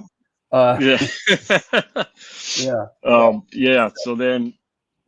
So I went home in June. I got the surgery in August, and I was like, so how, you know, asking the doctors, how long do you think it's going to take before I can go back to playing and heal? And they're like, I was like, I have this big show coming. There's a festival in Sacramento called Aftershock. I'm like, I'd really like to be able to play that. And they're like, okay, it says October 2nd. I was like, you should be okay. Just, you know, keep checking in and see how you are wherever. And then, you know, so I'm telling the guys, I'm like, yeah, I think, and I'm like, I'm on medication, so I'm talking kind of slow, and Yeah. you know, everything's still not perfect. But I FaceTime the band, and they're still in Europe. They're like, how you doing? I'm like, yeah, I'm good. I'm like, I think I'll be able to play the shows. And they're like, oh yeah, it's okay. It's nice to be positive. Like, you know, they're saying that. I'm like, no, dude, I'm serious. And they're like, they're looking at Really? each other like I'm crazy. Like, what is, Yeah. dude, you said brain surgery. You're not going to be playing anytime soon. And then, but I said, just, you know, if I'm feeling good, the doctor says I'm okay, I'll let you know what he says. So by the time it came, I was Yeah. like, yeah, I'm cleared. I'm like, they're like, okay. And, you know, they had everyone there, Matt and Carl. So we did it with 3 guitar players. Like, if anything happens, if you feel bad, you just don't feel bad. Just cut out. It's fine. Not to be. I'm like, yeah. Yeah. So I did the show, and that was my first show back, and it was fine. And then that That's was it. awesome. I went back right back on tour, like Yeah. a few weeks later to Europe. Doing what you love doing. Yeah. With a new That's the thing. appreciation, I think that's what really, with a like, newfound appreciation. yeah, Right. like, you know, Yeah. watching online them touring and stuff, and I'm just like, Yeah. you know, like, I just, you know, just what I, Do you feel like anything changed after that incident in your attitude, your outlook, and just how you kind of just live your being a life? little healthier. I don't drink as much anymore. So, you know, just more, because we used to drink a lot. Like when we would go out, it's not all the time, but when we did, you know, we went hard in it. But it's just like now it's more social, like a few out with the you know, the guys or whatever, and Yeah. then try and eat healthier and just try and stay active, like walking more, just to keep the body. Because especially the older you get, it's like it's just you need more. You can't recover as quick, you know. Sure. You get hurt, it hurts longer than everything Yeah. else. So it's like, Yeah. but yeah, just remember, like, you know, it could have, you never know. Because, and then I've had people message me after, like, oh, my, you know, so and so that I know had this, and they died on the operating table, and they had, you know, like all these things. I'm like, wow. So I was lucky, you know, it was lucky how it was, and, you know, the surgeon and everything. So definitely thankful for Yeah. everything, and I feel great now. Like I'm not on medication anymore. I just like feel back to normal. Right on. And since we're kind of here, you guys are kind of full swing. You're back at it, and you got some stuff coming up in the near Oh future, yeah, right? yeah. Is this the States? That one, yeah. Yeah, that's the Yeah, States. yeah, yep. I was see. So Yeah, we're going to Europe first in June. Actually, the first show is in May. We're doing Welcome to Rockville in Florida. It's like a I big got that. festival. I got that. That's Look at this. next. Look at this thing. Good Lord. This is a lot. Yeah. Yeah. Yeah. That's gonna be a good run, the Sepultura stage. You guys are on Sunday with Yep. Sepultura, and yeah. There you go. And then yeah, June, and then we're gonna, they're not all like announced yet or figured out, but we're doing like June, July, August into September, and going, I think we got November. I'm not sure about, so we're going hard this year, and we have a new album that should be coming out too, because we've been in the studio for since last year. Tell us about it. Yeah, so I thought it was going to be finished last year. We basically, right before the tour last year, I was in the studio and got done in May. And then the vocals were still needed to be worked on, so he was doing that. And then, I think it's really good. It sounds good. I can't wait for it to come out. But so right now we're looking for record labels. We're kind of, there's a few different ones out, so we don't have one at the moment, which was good. So we didn't have any pressure to do anything. We did it our own way and our own style, whatever. Nobody breathing down our necks about they wanted this, and there was no deadline, so we didn't have to hurry up and rush it if we didn't want to and get it out. So it should be coming. And actually, we're doing something different since we don't have the record label yet. Before we do, we're doing a limited edition, like unlimited time, like crowdfunding, where you can contribute to get your name on the thanks list.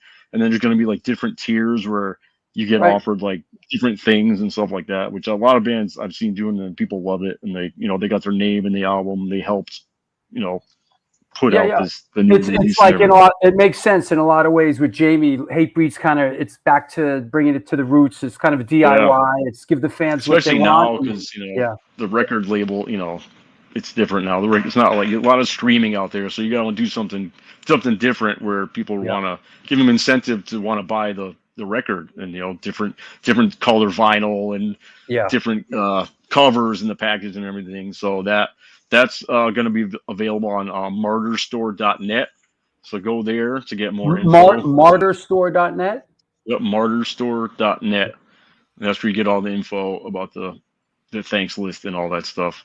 Right on. And then we're hoping to get it out by the end of this year. So that would be cool. Decide after, we do all that stuff, and then figure out record label and distributor and all that. So then that should be cool. That makes sense. And here's the Europe dates you talked about. Yep. And doing Europe in June. Yeah. So Europe June, US July. Then I think we're going back to Europe in August, and then we might do another US after that. So we're still working on it though. But it's time to work, huh? Yeah. That makes sense. It seems like last year too. It's like we didn't have much at the beginning of the year, and then from when June started, it's just like boom, just go. Yeah. But yeah, I'm psyched for it, because like I said, we haven't had an new album in 6 years. Yeah. So it's good to get something new and fresh out. Yeah, you guys got kind of hosed on the last one just because, like you said, the timing. The timing couldn't have been worse. You guys worked on that record and were looking to get it out, and the pandemic hit, and then and then you couldn't play, you couldn't support it. Jamie was freaking out. So, and like Concrete Confessional, that was 2016, so that was 10 years ago. Yeah. Wow. That's crazy. Yeah. But I mean, we have so many songs now. It's hard. It's going to be hard to pick which ones we play live, because we always do the old songs still. Those are like a staple in the set. Kind of have to. Yeah, People love that classic. stuff. Yeah. Let me ask you. Let's talk gear a little bit. Are you still a Dean guy? Yep, got a signature Dean. Got those a few years ago, and it's the basic like single cut, style, but only it has a longer scale length, which is a 25.5-inch scale, and 24 frets instead of 22. And instead of having a second tone knob, I have a kill switch. So just something a little different. It plays great. Like I love the neck. It's like, yeah, these are great. And actually, one of them I got my guys at EMG Pickups. They put in the set of the Gary Holt Bonded by Blood EMGs. Those are cool. And this it has it turns into kind of a single coil on when you pop it up. So this one's cool. Wow. And the back of the neck is satin, so it's nice and smooth. Wow, that's nice. Yeah, I love it. Is this? And I have one with a Floyd Rose too. Is this a different version of that? What is this one? No, that's it. That's the same one. That's the same one. Yeah, different pickup. I don't have a different angle. Okay, I see it. Yeah. No, it's the same one. Yeah. Is the Dean connection? I couldn't help but think about Dimebag. Yeah. Was he a big influence on your playing, and is that possibly why you kind of gravitated to Dean? He was actually Dimebag's great. I love him, like one of the greatest guitar players ever. But I was playing Gibson before, and as like an endorsement, they don't do too much, So it's like whatever. So actually, this guy Chris Canella was working at Dean, and I was with Jackson a long time ago. He was my guy at Jackson back in the day, and then we toured with Anthrax, and John from Shadows Fall and Anthrax has a signature Dean. And I was like, wow, these are pretty cool. And then Chris was here. He's like, dude, I'll get you your own signature. And at first I'm like, I don't know, I'm good, whatever. And then I thought about it. I'm like, why wouldn't I want my own signature guitar? Like, so I called them up and I was like, well, can you do this? And this is what I want, different scale length. Because my Les Pauls were cool. I love their classics. They're the tone and the look. But the necks, I'm not a huge fan of. I like the longer scale, especially we tune down to C, so it stays in tune better. And the 24 frets, I like better. So then I told him what I wanted. He's like, yeah, I'll make you a prototype. And they made it, and he shipped it to me. I'm like, yeah, let's do it. And then so it really went from there. 619 Dar asks, what EMGs do you use? 81 in the bridge and 85 in the neck, except for this. The red one is an 89, I believe, 89 something with the push pull that turns into a single coil. That's the only guitar with that one in it. But normally 80, 81, and 85. Is this the one with the Floyd Rose? Yep, that's it. Yeah, it's a pretty guitar, man. And I have some old guitars where I have a 60 in the neck, like James Hetfield style. Yeah. But my main one is 85, 81. And Spiky, who knows his gear, asks, amp of choice, does he use modulars or tube amps? So for years, we used the same amp, the Marshall TSL 100, no pedals, right in, just a noise gate, smart gate from MXR is what I use. And then just recently, which I never thought I would do it because I was never into any kind of modeler or any of that stuff, but I heard the Quad Cortex, and it has all the effects built in, all different amps. It sounds the same. It's you could bring it in on, carry it on the plane. Yep. So I think it sounds great, but I still use the Marshall head for the power amp. So I'm using the preamp and the effects of the Quad Cortex into the back of the effects return of the amp. So I'm using the Marshall power amp with the cabinet, still live cabinets on stage. So it sounds almost the same. Like it's only a hair if you're really listening, but it's still the full main sound on stage. Yeah, here you go. Yeah. Yep. That's the Gibson there. You are right. It's an older shot. Good shot. RSS. When there's a signature guitar made, do they actually put the person's name on it? I'll show you. Yeah, let's see. Right there. Oh, nice. That's awesome. Yeah, psyched. Wow. I must say, Wayne, we've had a lot of guests and a lot of people. that kind of have signature models. Your Dean guitar is really one of the nicest ones I've seen as far as really. Like I said, the playability too, the neck, it's just like, it's so easy for me to play. I love it. And it stays in tune better, because the Les Paul, sometimes when you're tuned so low to C, those are, especially in the studio, like Zeus was like, oh God, I got to work with those again. He's like, get an Evertune, which is a thing where it's supposed it doesn't go out of tune. I never use it, but I'm like, no, these Deans are good. You'll see. And then, that's real old. That's my Jackson. Yeah, I was gonna say that's an old. That's that's probably 2009 maybe. I'm just kind of going through the photos. What I used on the self-titled album. I'm kind of just going through the photos that Steven sent me as we're chatting gear. Did he send you the ice pick ones, or he didn't get it to you yet? I didn't. Did he? Hold on. I remember he was talking about that before. Yeah. No, he might have. Hold on. I think he did. 10 different people sent me shit once. Here. Ice pick at CBGB. Hold on. Yeah. Ice pick at CBGB. Let's see what we got here. Wow, look at these, man. These are badass. Hold on. Is that one? Now, who was in Ice Pick? I'll see that lineup. I think it was Wes, who plays in Death Threat. There you go. Boom. Eric, that's Wes from Death Threat. Eric, who was in 100 Demons, he died not too long ago. And Dave Russo was on drums. That's the original Hatebreed drummer. And Isaac and Jamie on vocals. Right.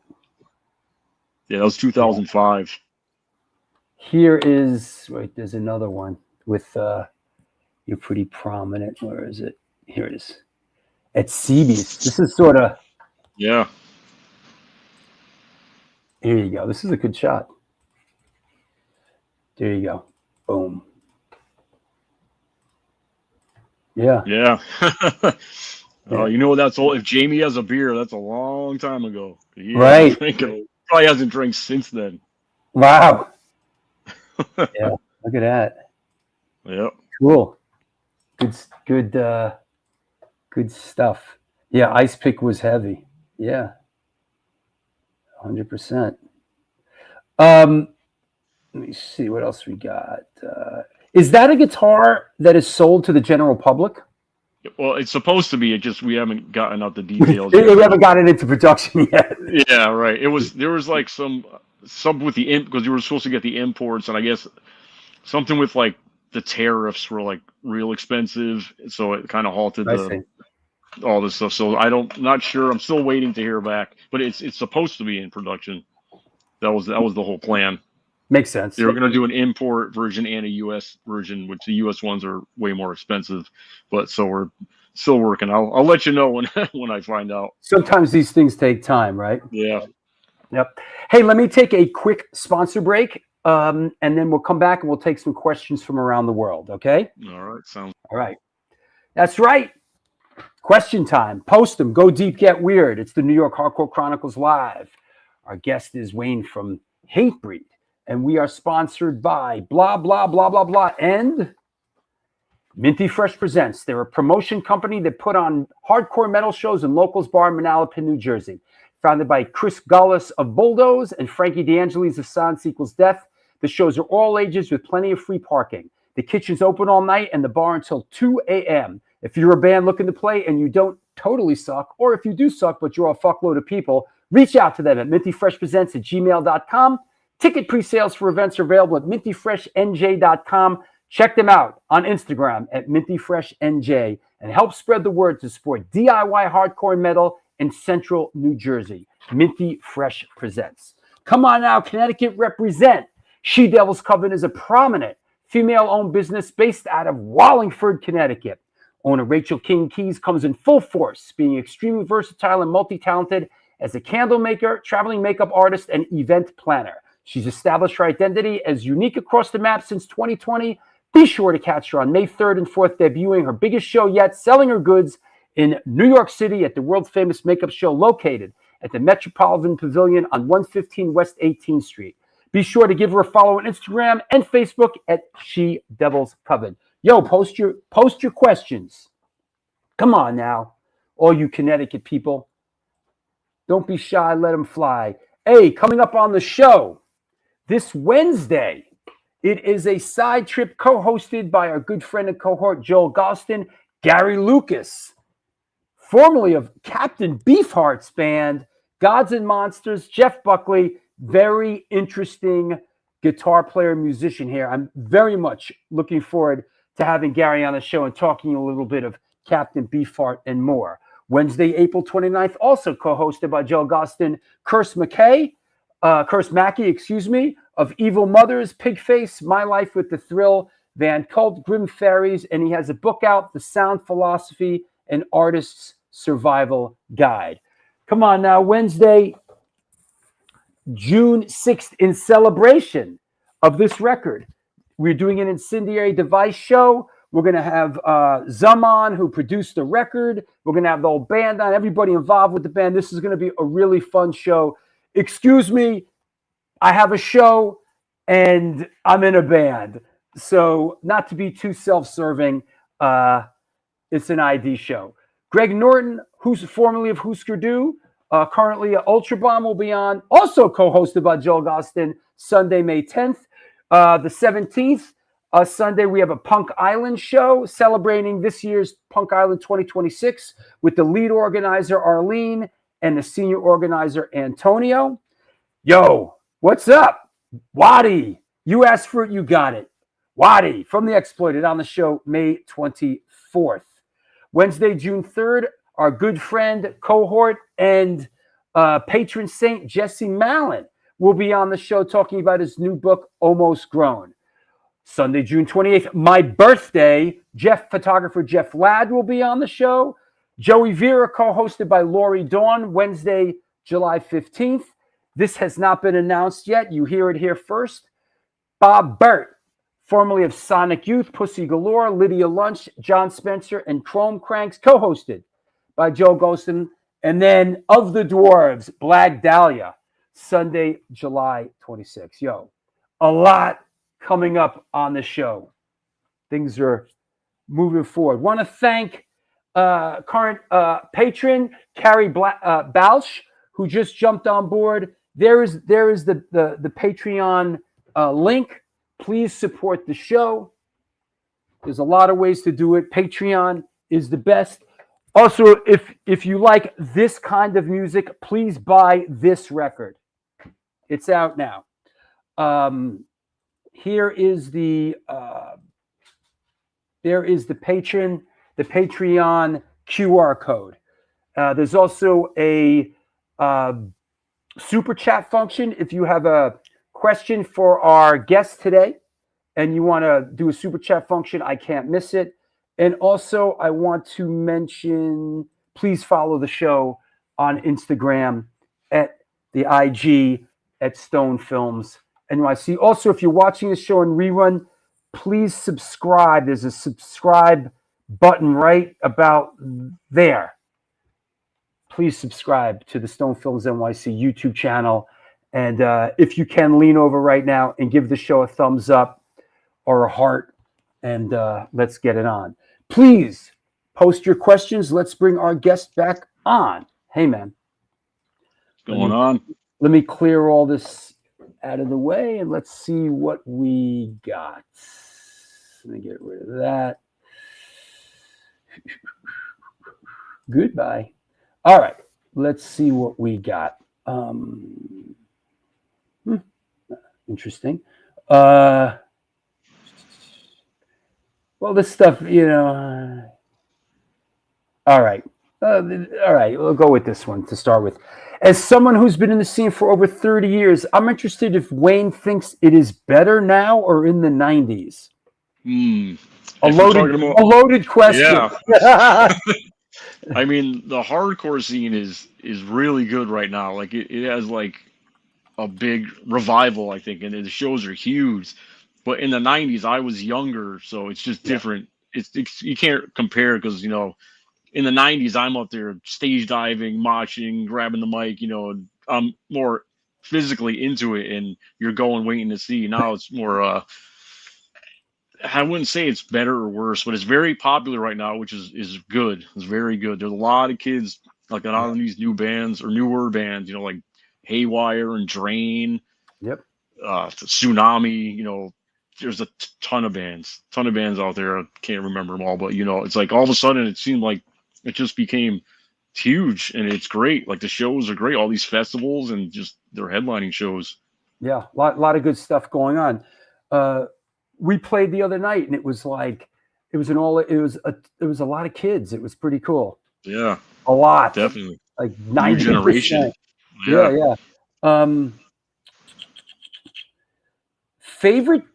This is a good one. Good one, Josh. Favorite makeup and favorite non-makeup Kiss records. That's tough. I mean, I do like Kiss Alive 2 was like one of my favorites as a kid. I mean, it's hard to say a favorite, but and then non-makeup. Animalize. Ooh. Animalize. Yeah. Or Animalize. That's kind of that's you don't hear that too much. Yeah. yeah. That probably was who played guitar Mark on St. that John. record? Mark St. John. He played on that one record, Mark St. John. Yep. Yeah, he ended up having a problem. And they here's another fun fact. Please. Vinnie Vincent, the guy on Lick It Up, he's from Bridgeport, Connecticut, and he graduated with my parents. Wow. My mother has the yearbook. I have the yearbook. She has the yearbook where his pictures in it, like multiple pictures of him. No shit. So that was always like the claim to fame, like being like, oh, Bridgeport, Connecticut. Wow. Same year, everything. Central High School. Wow. That's awesome. There's a fun fact. I must ask you, Wayne, Loved for the Lions album. How long did it take you to learn the solos for Ghosts of War? I mean, like I said, I had to do that quick because he told me, I think on the weekend, and I had to go in the studio a few days later. So I was I'm going to say I was sitting there for hours just going that, and with the iPod, like rewind, go, but is it, I mean, I'm trying to remember, isn't there two solos on that? One's Hanneman and one's Carey, right? I did them all. Yeah. I just get back and forth. Yep. Yeah, I remember. It's long because we do that one live sometimes, and it's long. it's like there's two solos, and then it goes back to rhythm. And then there's like another shorter solo too. That's the most soloing you'll see Hatebreed play on a show. You do that song, which is definitely another thing different. They never really did solos before, so when I joined, that's what Jamie wanted to kind of introduce more of those into the band. Like on the self-titled, we did an instrumental. I don't know if you've listened to it, called Undiminished. So that was, people were probably like, even I was like, really? Oh, okay, it's cool. Yeah. So that's definitely different. Okay. Good. Hey, the Union Tapes, welcome and thank you for the good question. I remember when Hatebreed first blew up, they divided people's opinions in scenes. I was in anyway on being too metal. Did the band ever experience those things on the road? Yeah, that's definitely like, in general, because especially back then, a lot of people are just close-minded or like the elitists. Like, we're not hardcore enough for the hardcore people. We're not metal enough for the metal people. Like that. That's still going on. Like I hear people that they're not metal, they're not hardcore. It's like, whatever. It's obviously I might have been that way back in the day too about things, but it's like when you go, it's just a combination of both. We love both styles of music. I mean, we tuned down to C, which was, to me, I thought that was really being metal in the 90s. Now everyone tunes down. So, but it's like, slow metal riffs, like even from the demo, it's like Not One Truth and Mark My Words were fast hardcore songs, and you had Puritan and Severed, they're like slow, sludgy, like heavy, like metal songs, just a little more simplified. Sure. But we've always had both, no matter what. People think we're more metal now or too metal now, but we've always had the both from day one, always. 100%. And I always thought that it was sort of the metal influence and metal direction that enabled Hatebreed to transcend.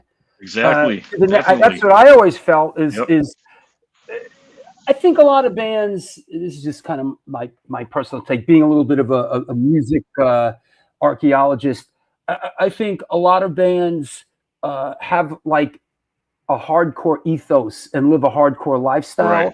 Like a band, even like a band like Marauder, I was just gonna say that they were so metal, like, but those are hardcore dudes, like playing metal. And but they would consider themselves we're a hardcore band, or I see bands today that we're a hardcore band, and I'm like, really? Oh yeah, well I was like that too. I was like, that's not hardcore, but it's but like it's good. Just, it's great. Cool. It's great music, whatever you call it. It's good. Yeah. Auric 8009, not a question, just saying, Hatebreed are one of my biggest musical inspiration. I had the honor to play with you guys 2 shows back to back in Europe 3 years ago. Nice, cool. Thank you. Appreciate it. That's good. Good one. That's good one. Good Good we're still one. going, especially after all these years. People still like us, and they like the new songs too. It's not like they only like the old songs. Like some bands, they only want to hear the old songs and don't care at all about the new ones. You guys also put on a great live show. You really do. Jamie and you guys really know how to take to the big stage and really fill it up. I give you that, man. A lot of bands sort of, oh shit, we're on the big stage. Oh, Hatebreed really embraces from the very beginning. I think really embraced the big stage. And the good thing is, because of our style, we can play with different bands. We can play with Agnostic Front and Terror one day, and Slayer, Lamb of God, another tour, and then even like Five Finger Death Punch. Like we somehow we're different, but we can fit in all these things, and it's not really that out of place, which is I love. It's great. It's good to have the variety.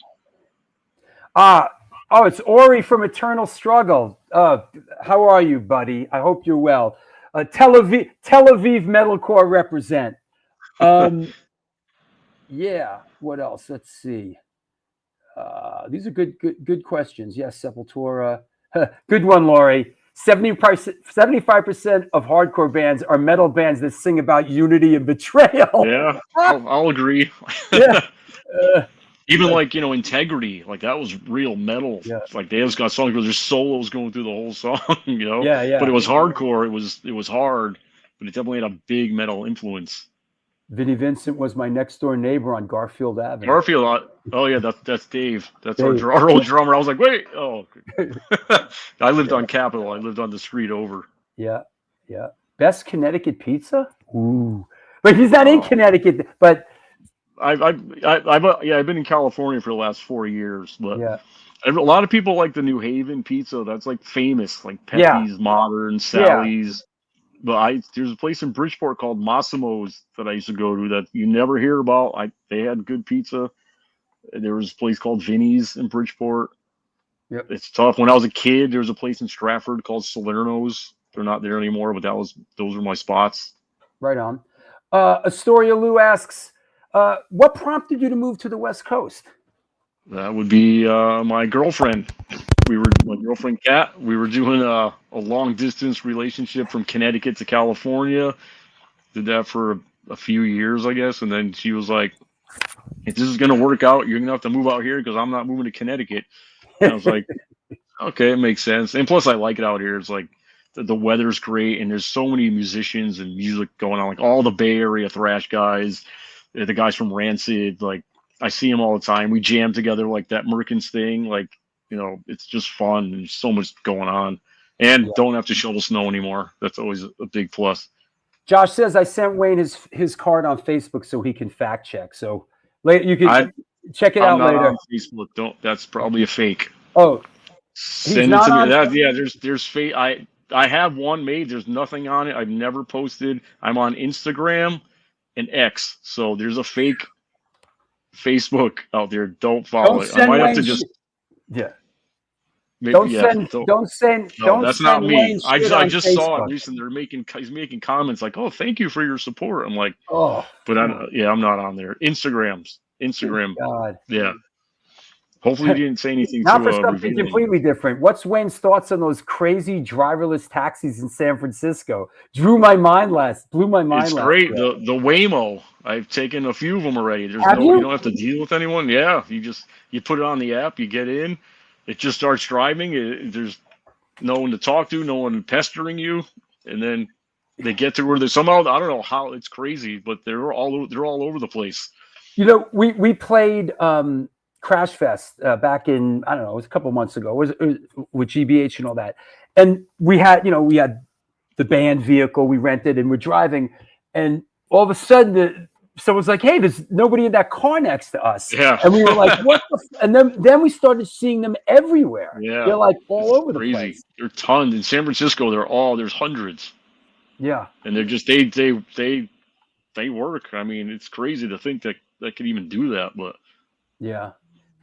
What gauge and brand of strings do you use on those Deans? I have my own signature strings from SIT Strings, and they are 11 to 58, and we're in standard C, not drop C. Standard C, and some of our songs are in standard B, and they work great. It's a little thinner for like the solos, but it's thick and in tune for the rhythms. Wow. So you can go to sit.com and get yourself a set. Wayne Lozinak. Don't sleep on it. What box sets? Let's see what box sets are behind them. Metallica. Yep. Ozzy. We got Metallica, Kill 'Em All the Way, Injustice for All, Ozzy, Blizzard of Oz, and Randy Rhoads, The Quiet Riot Years book. Sam Hain, and then the guitar book of James Hetfield's guitars, and then a Kiss box set. Nice. Have you guys? Metallica, old one. Yeah, that old box. Have you guys ever played? Have you played with Metallica? Festivals, yeah. That was like a few times. Never like a tour. That would be that would be great. That would do that, but yeah, just random festivals. That'd be great. Awesome. As we head down the home stretch, anything else related to the future, hopes and dreams?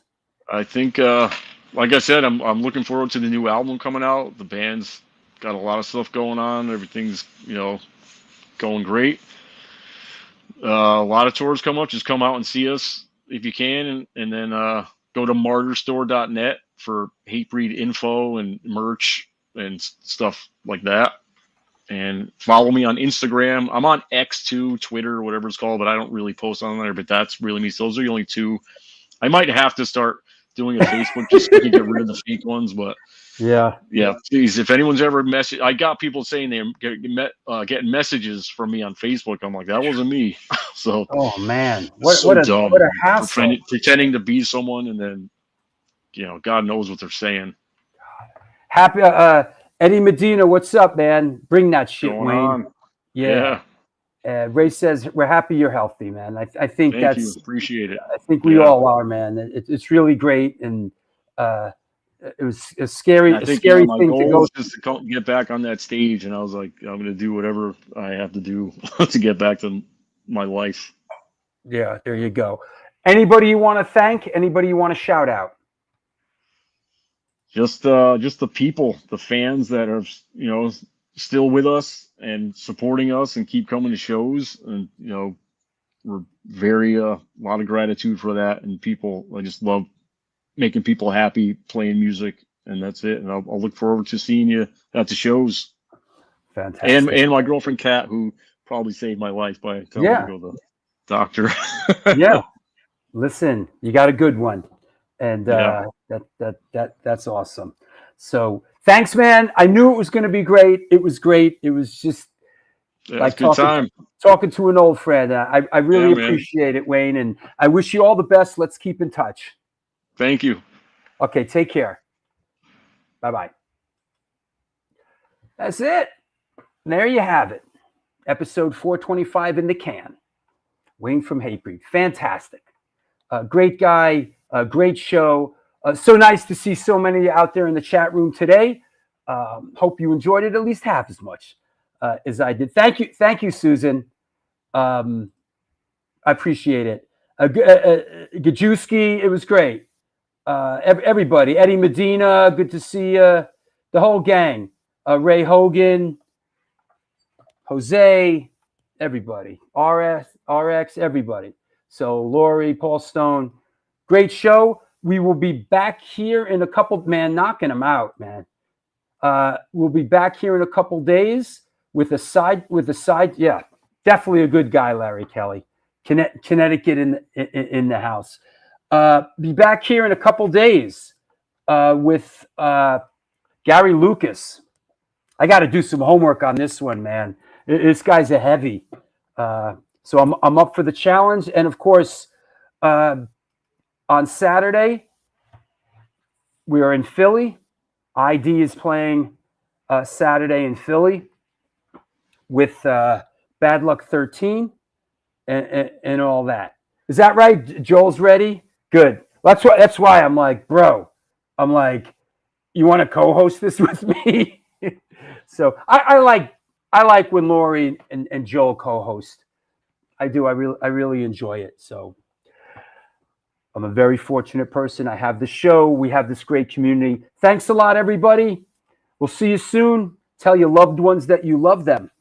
This life is very short. This is important stuff. Until next time, do good things and good things will come to you. Conditioned by indoctrination, conditioned by society. You're a victim of the digital age, a 21st century casualty. Open your eyes, you're losing control. Open your eyes, put down the phone. Conditioned by misinformation, it's just the media telling us lies. Decipher fiction from the truth. Society's slow and tragic.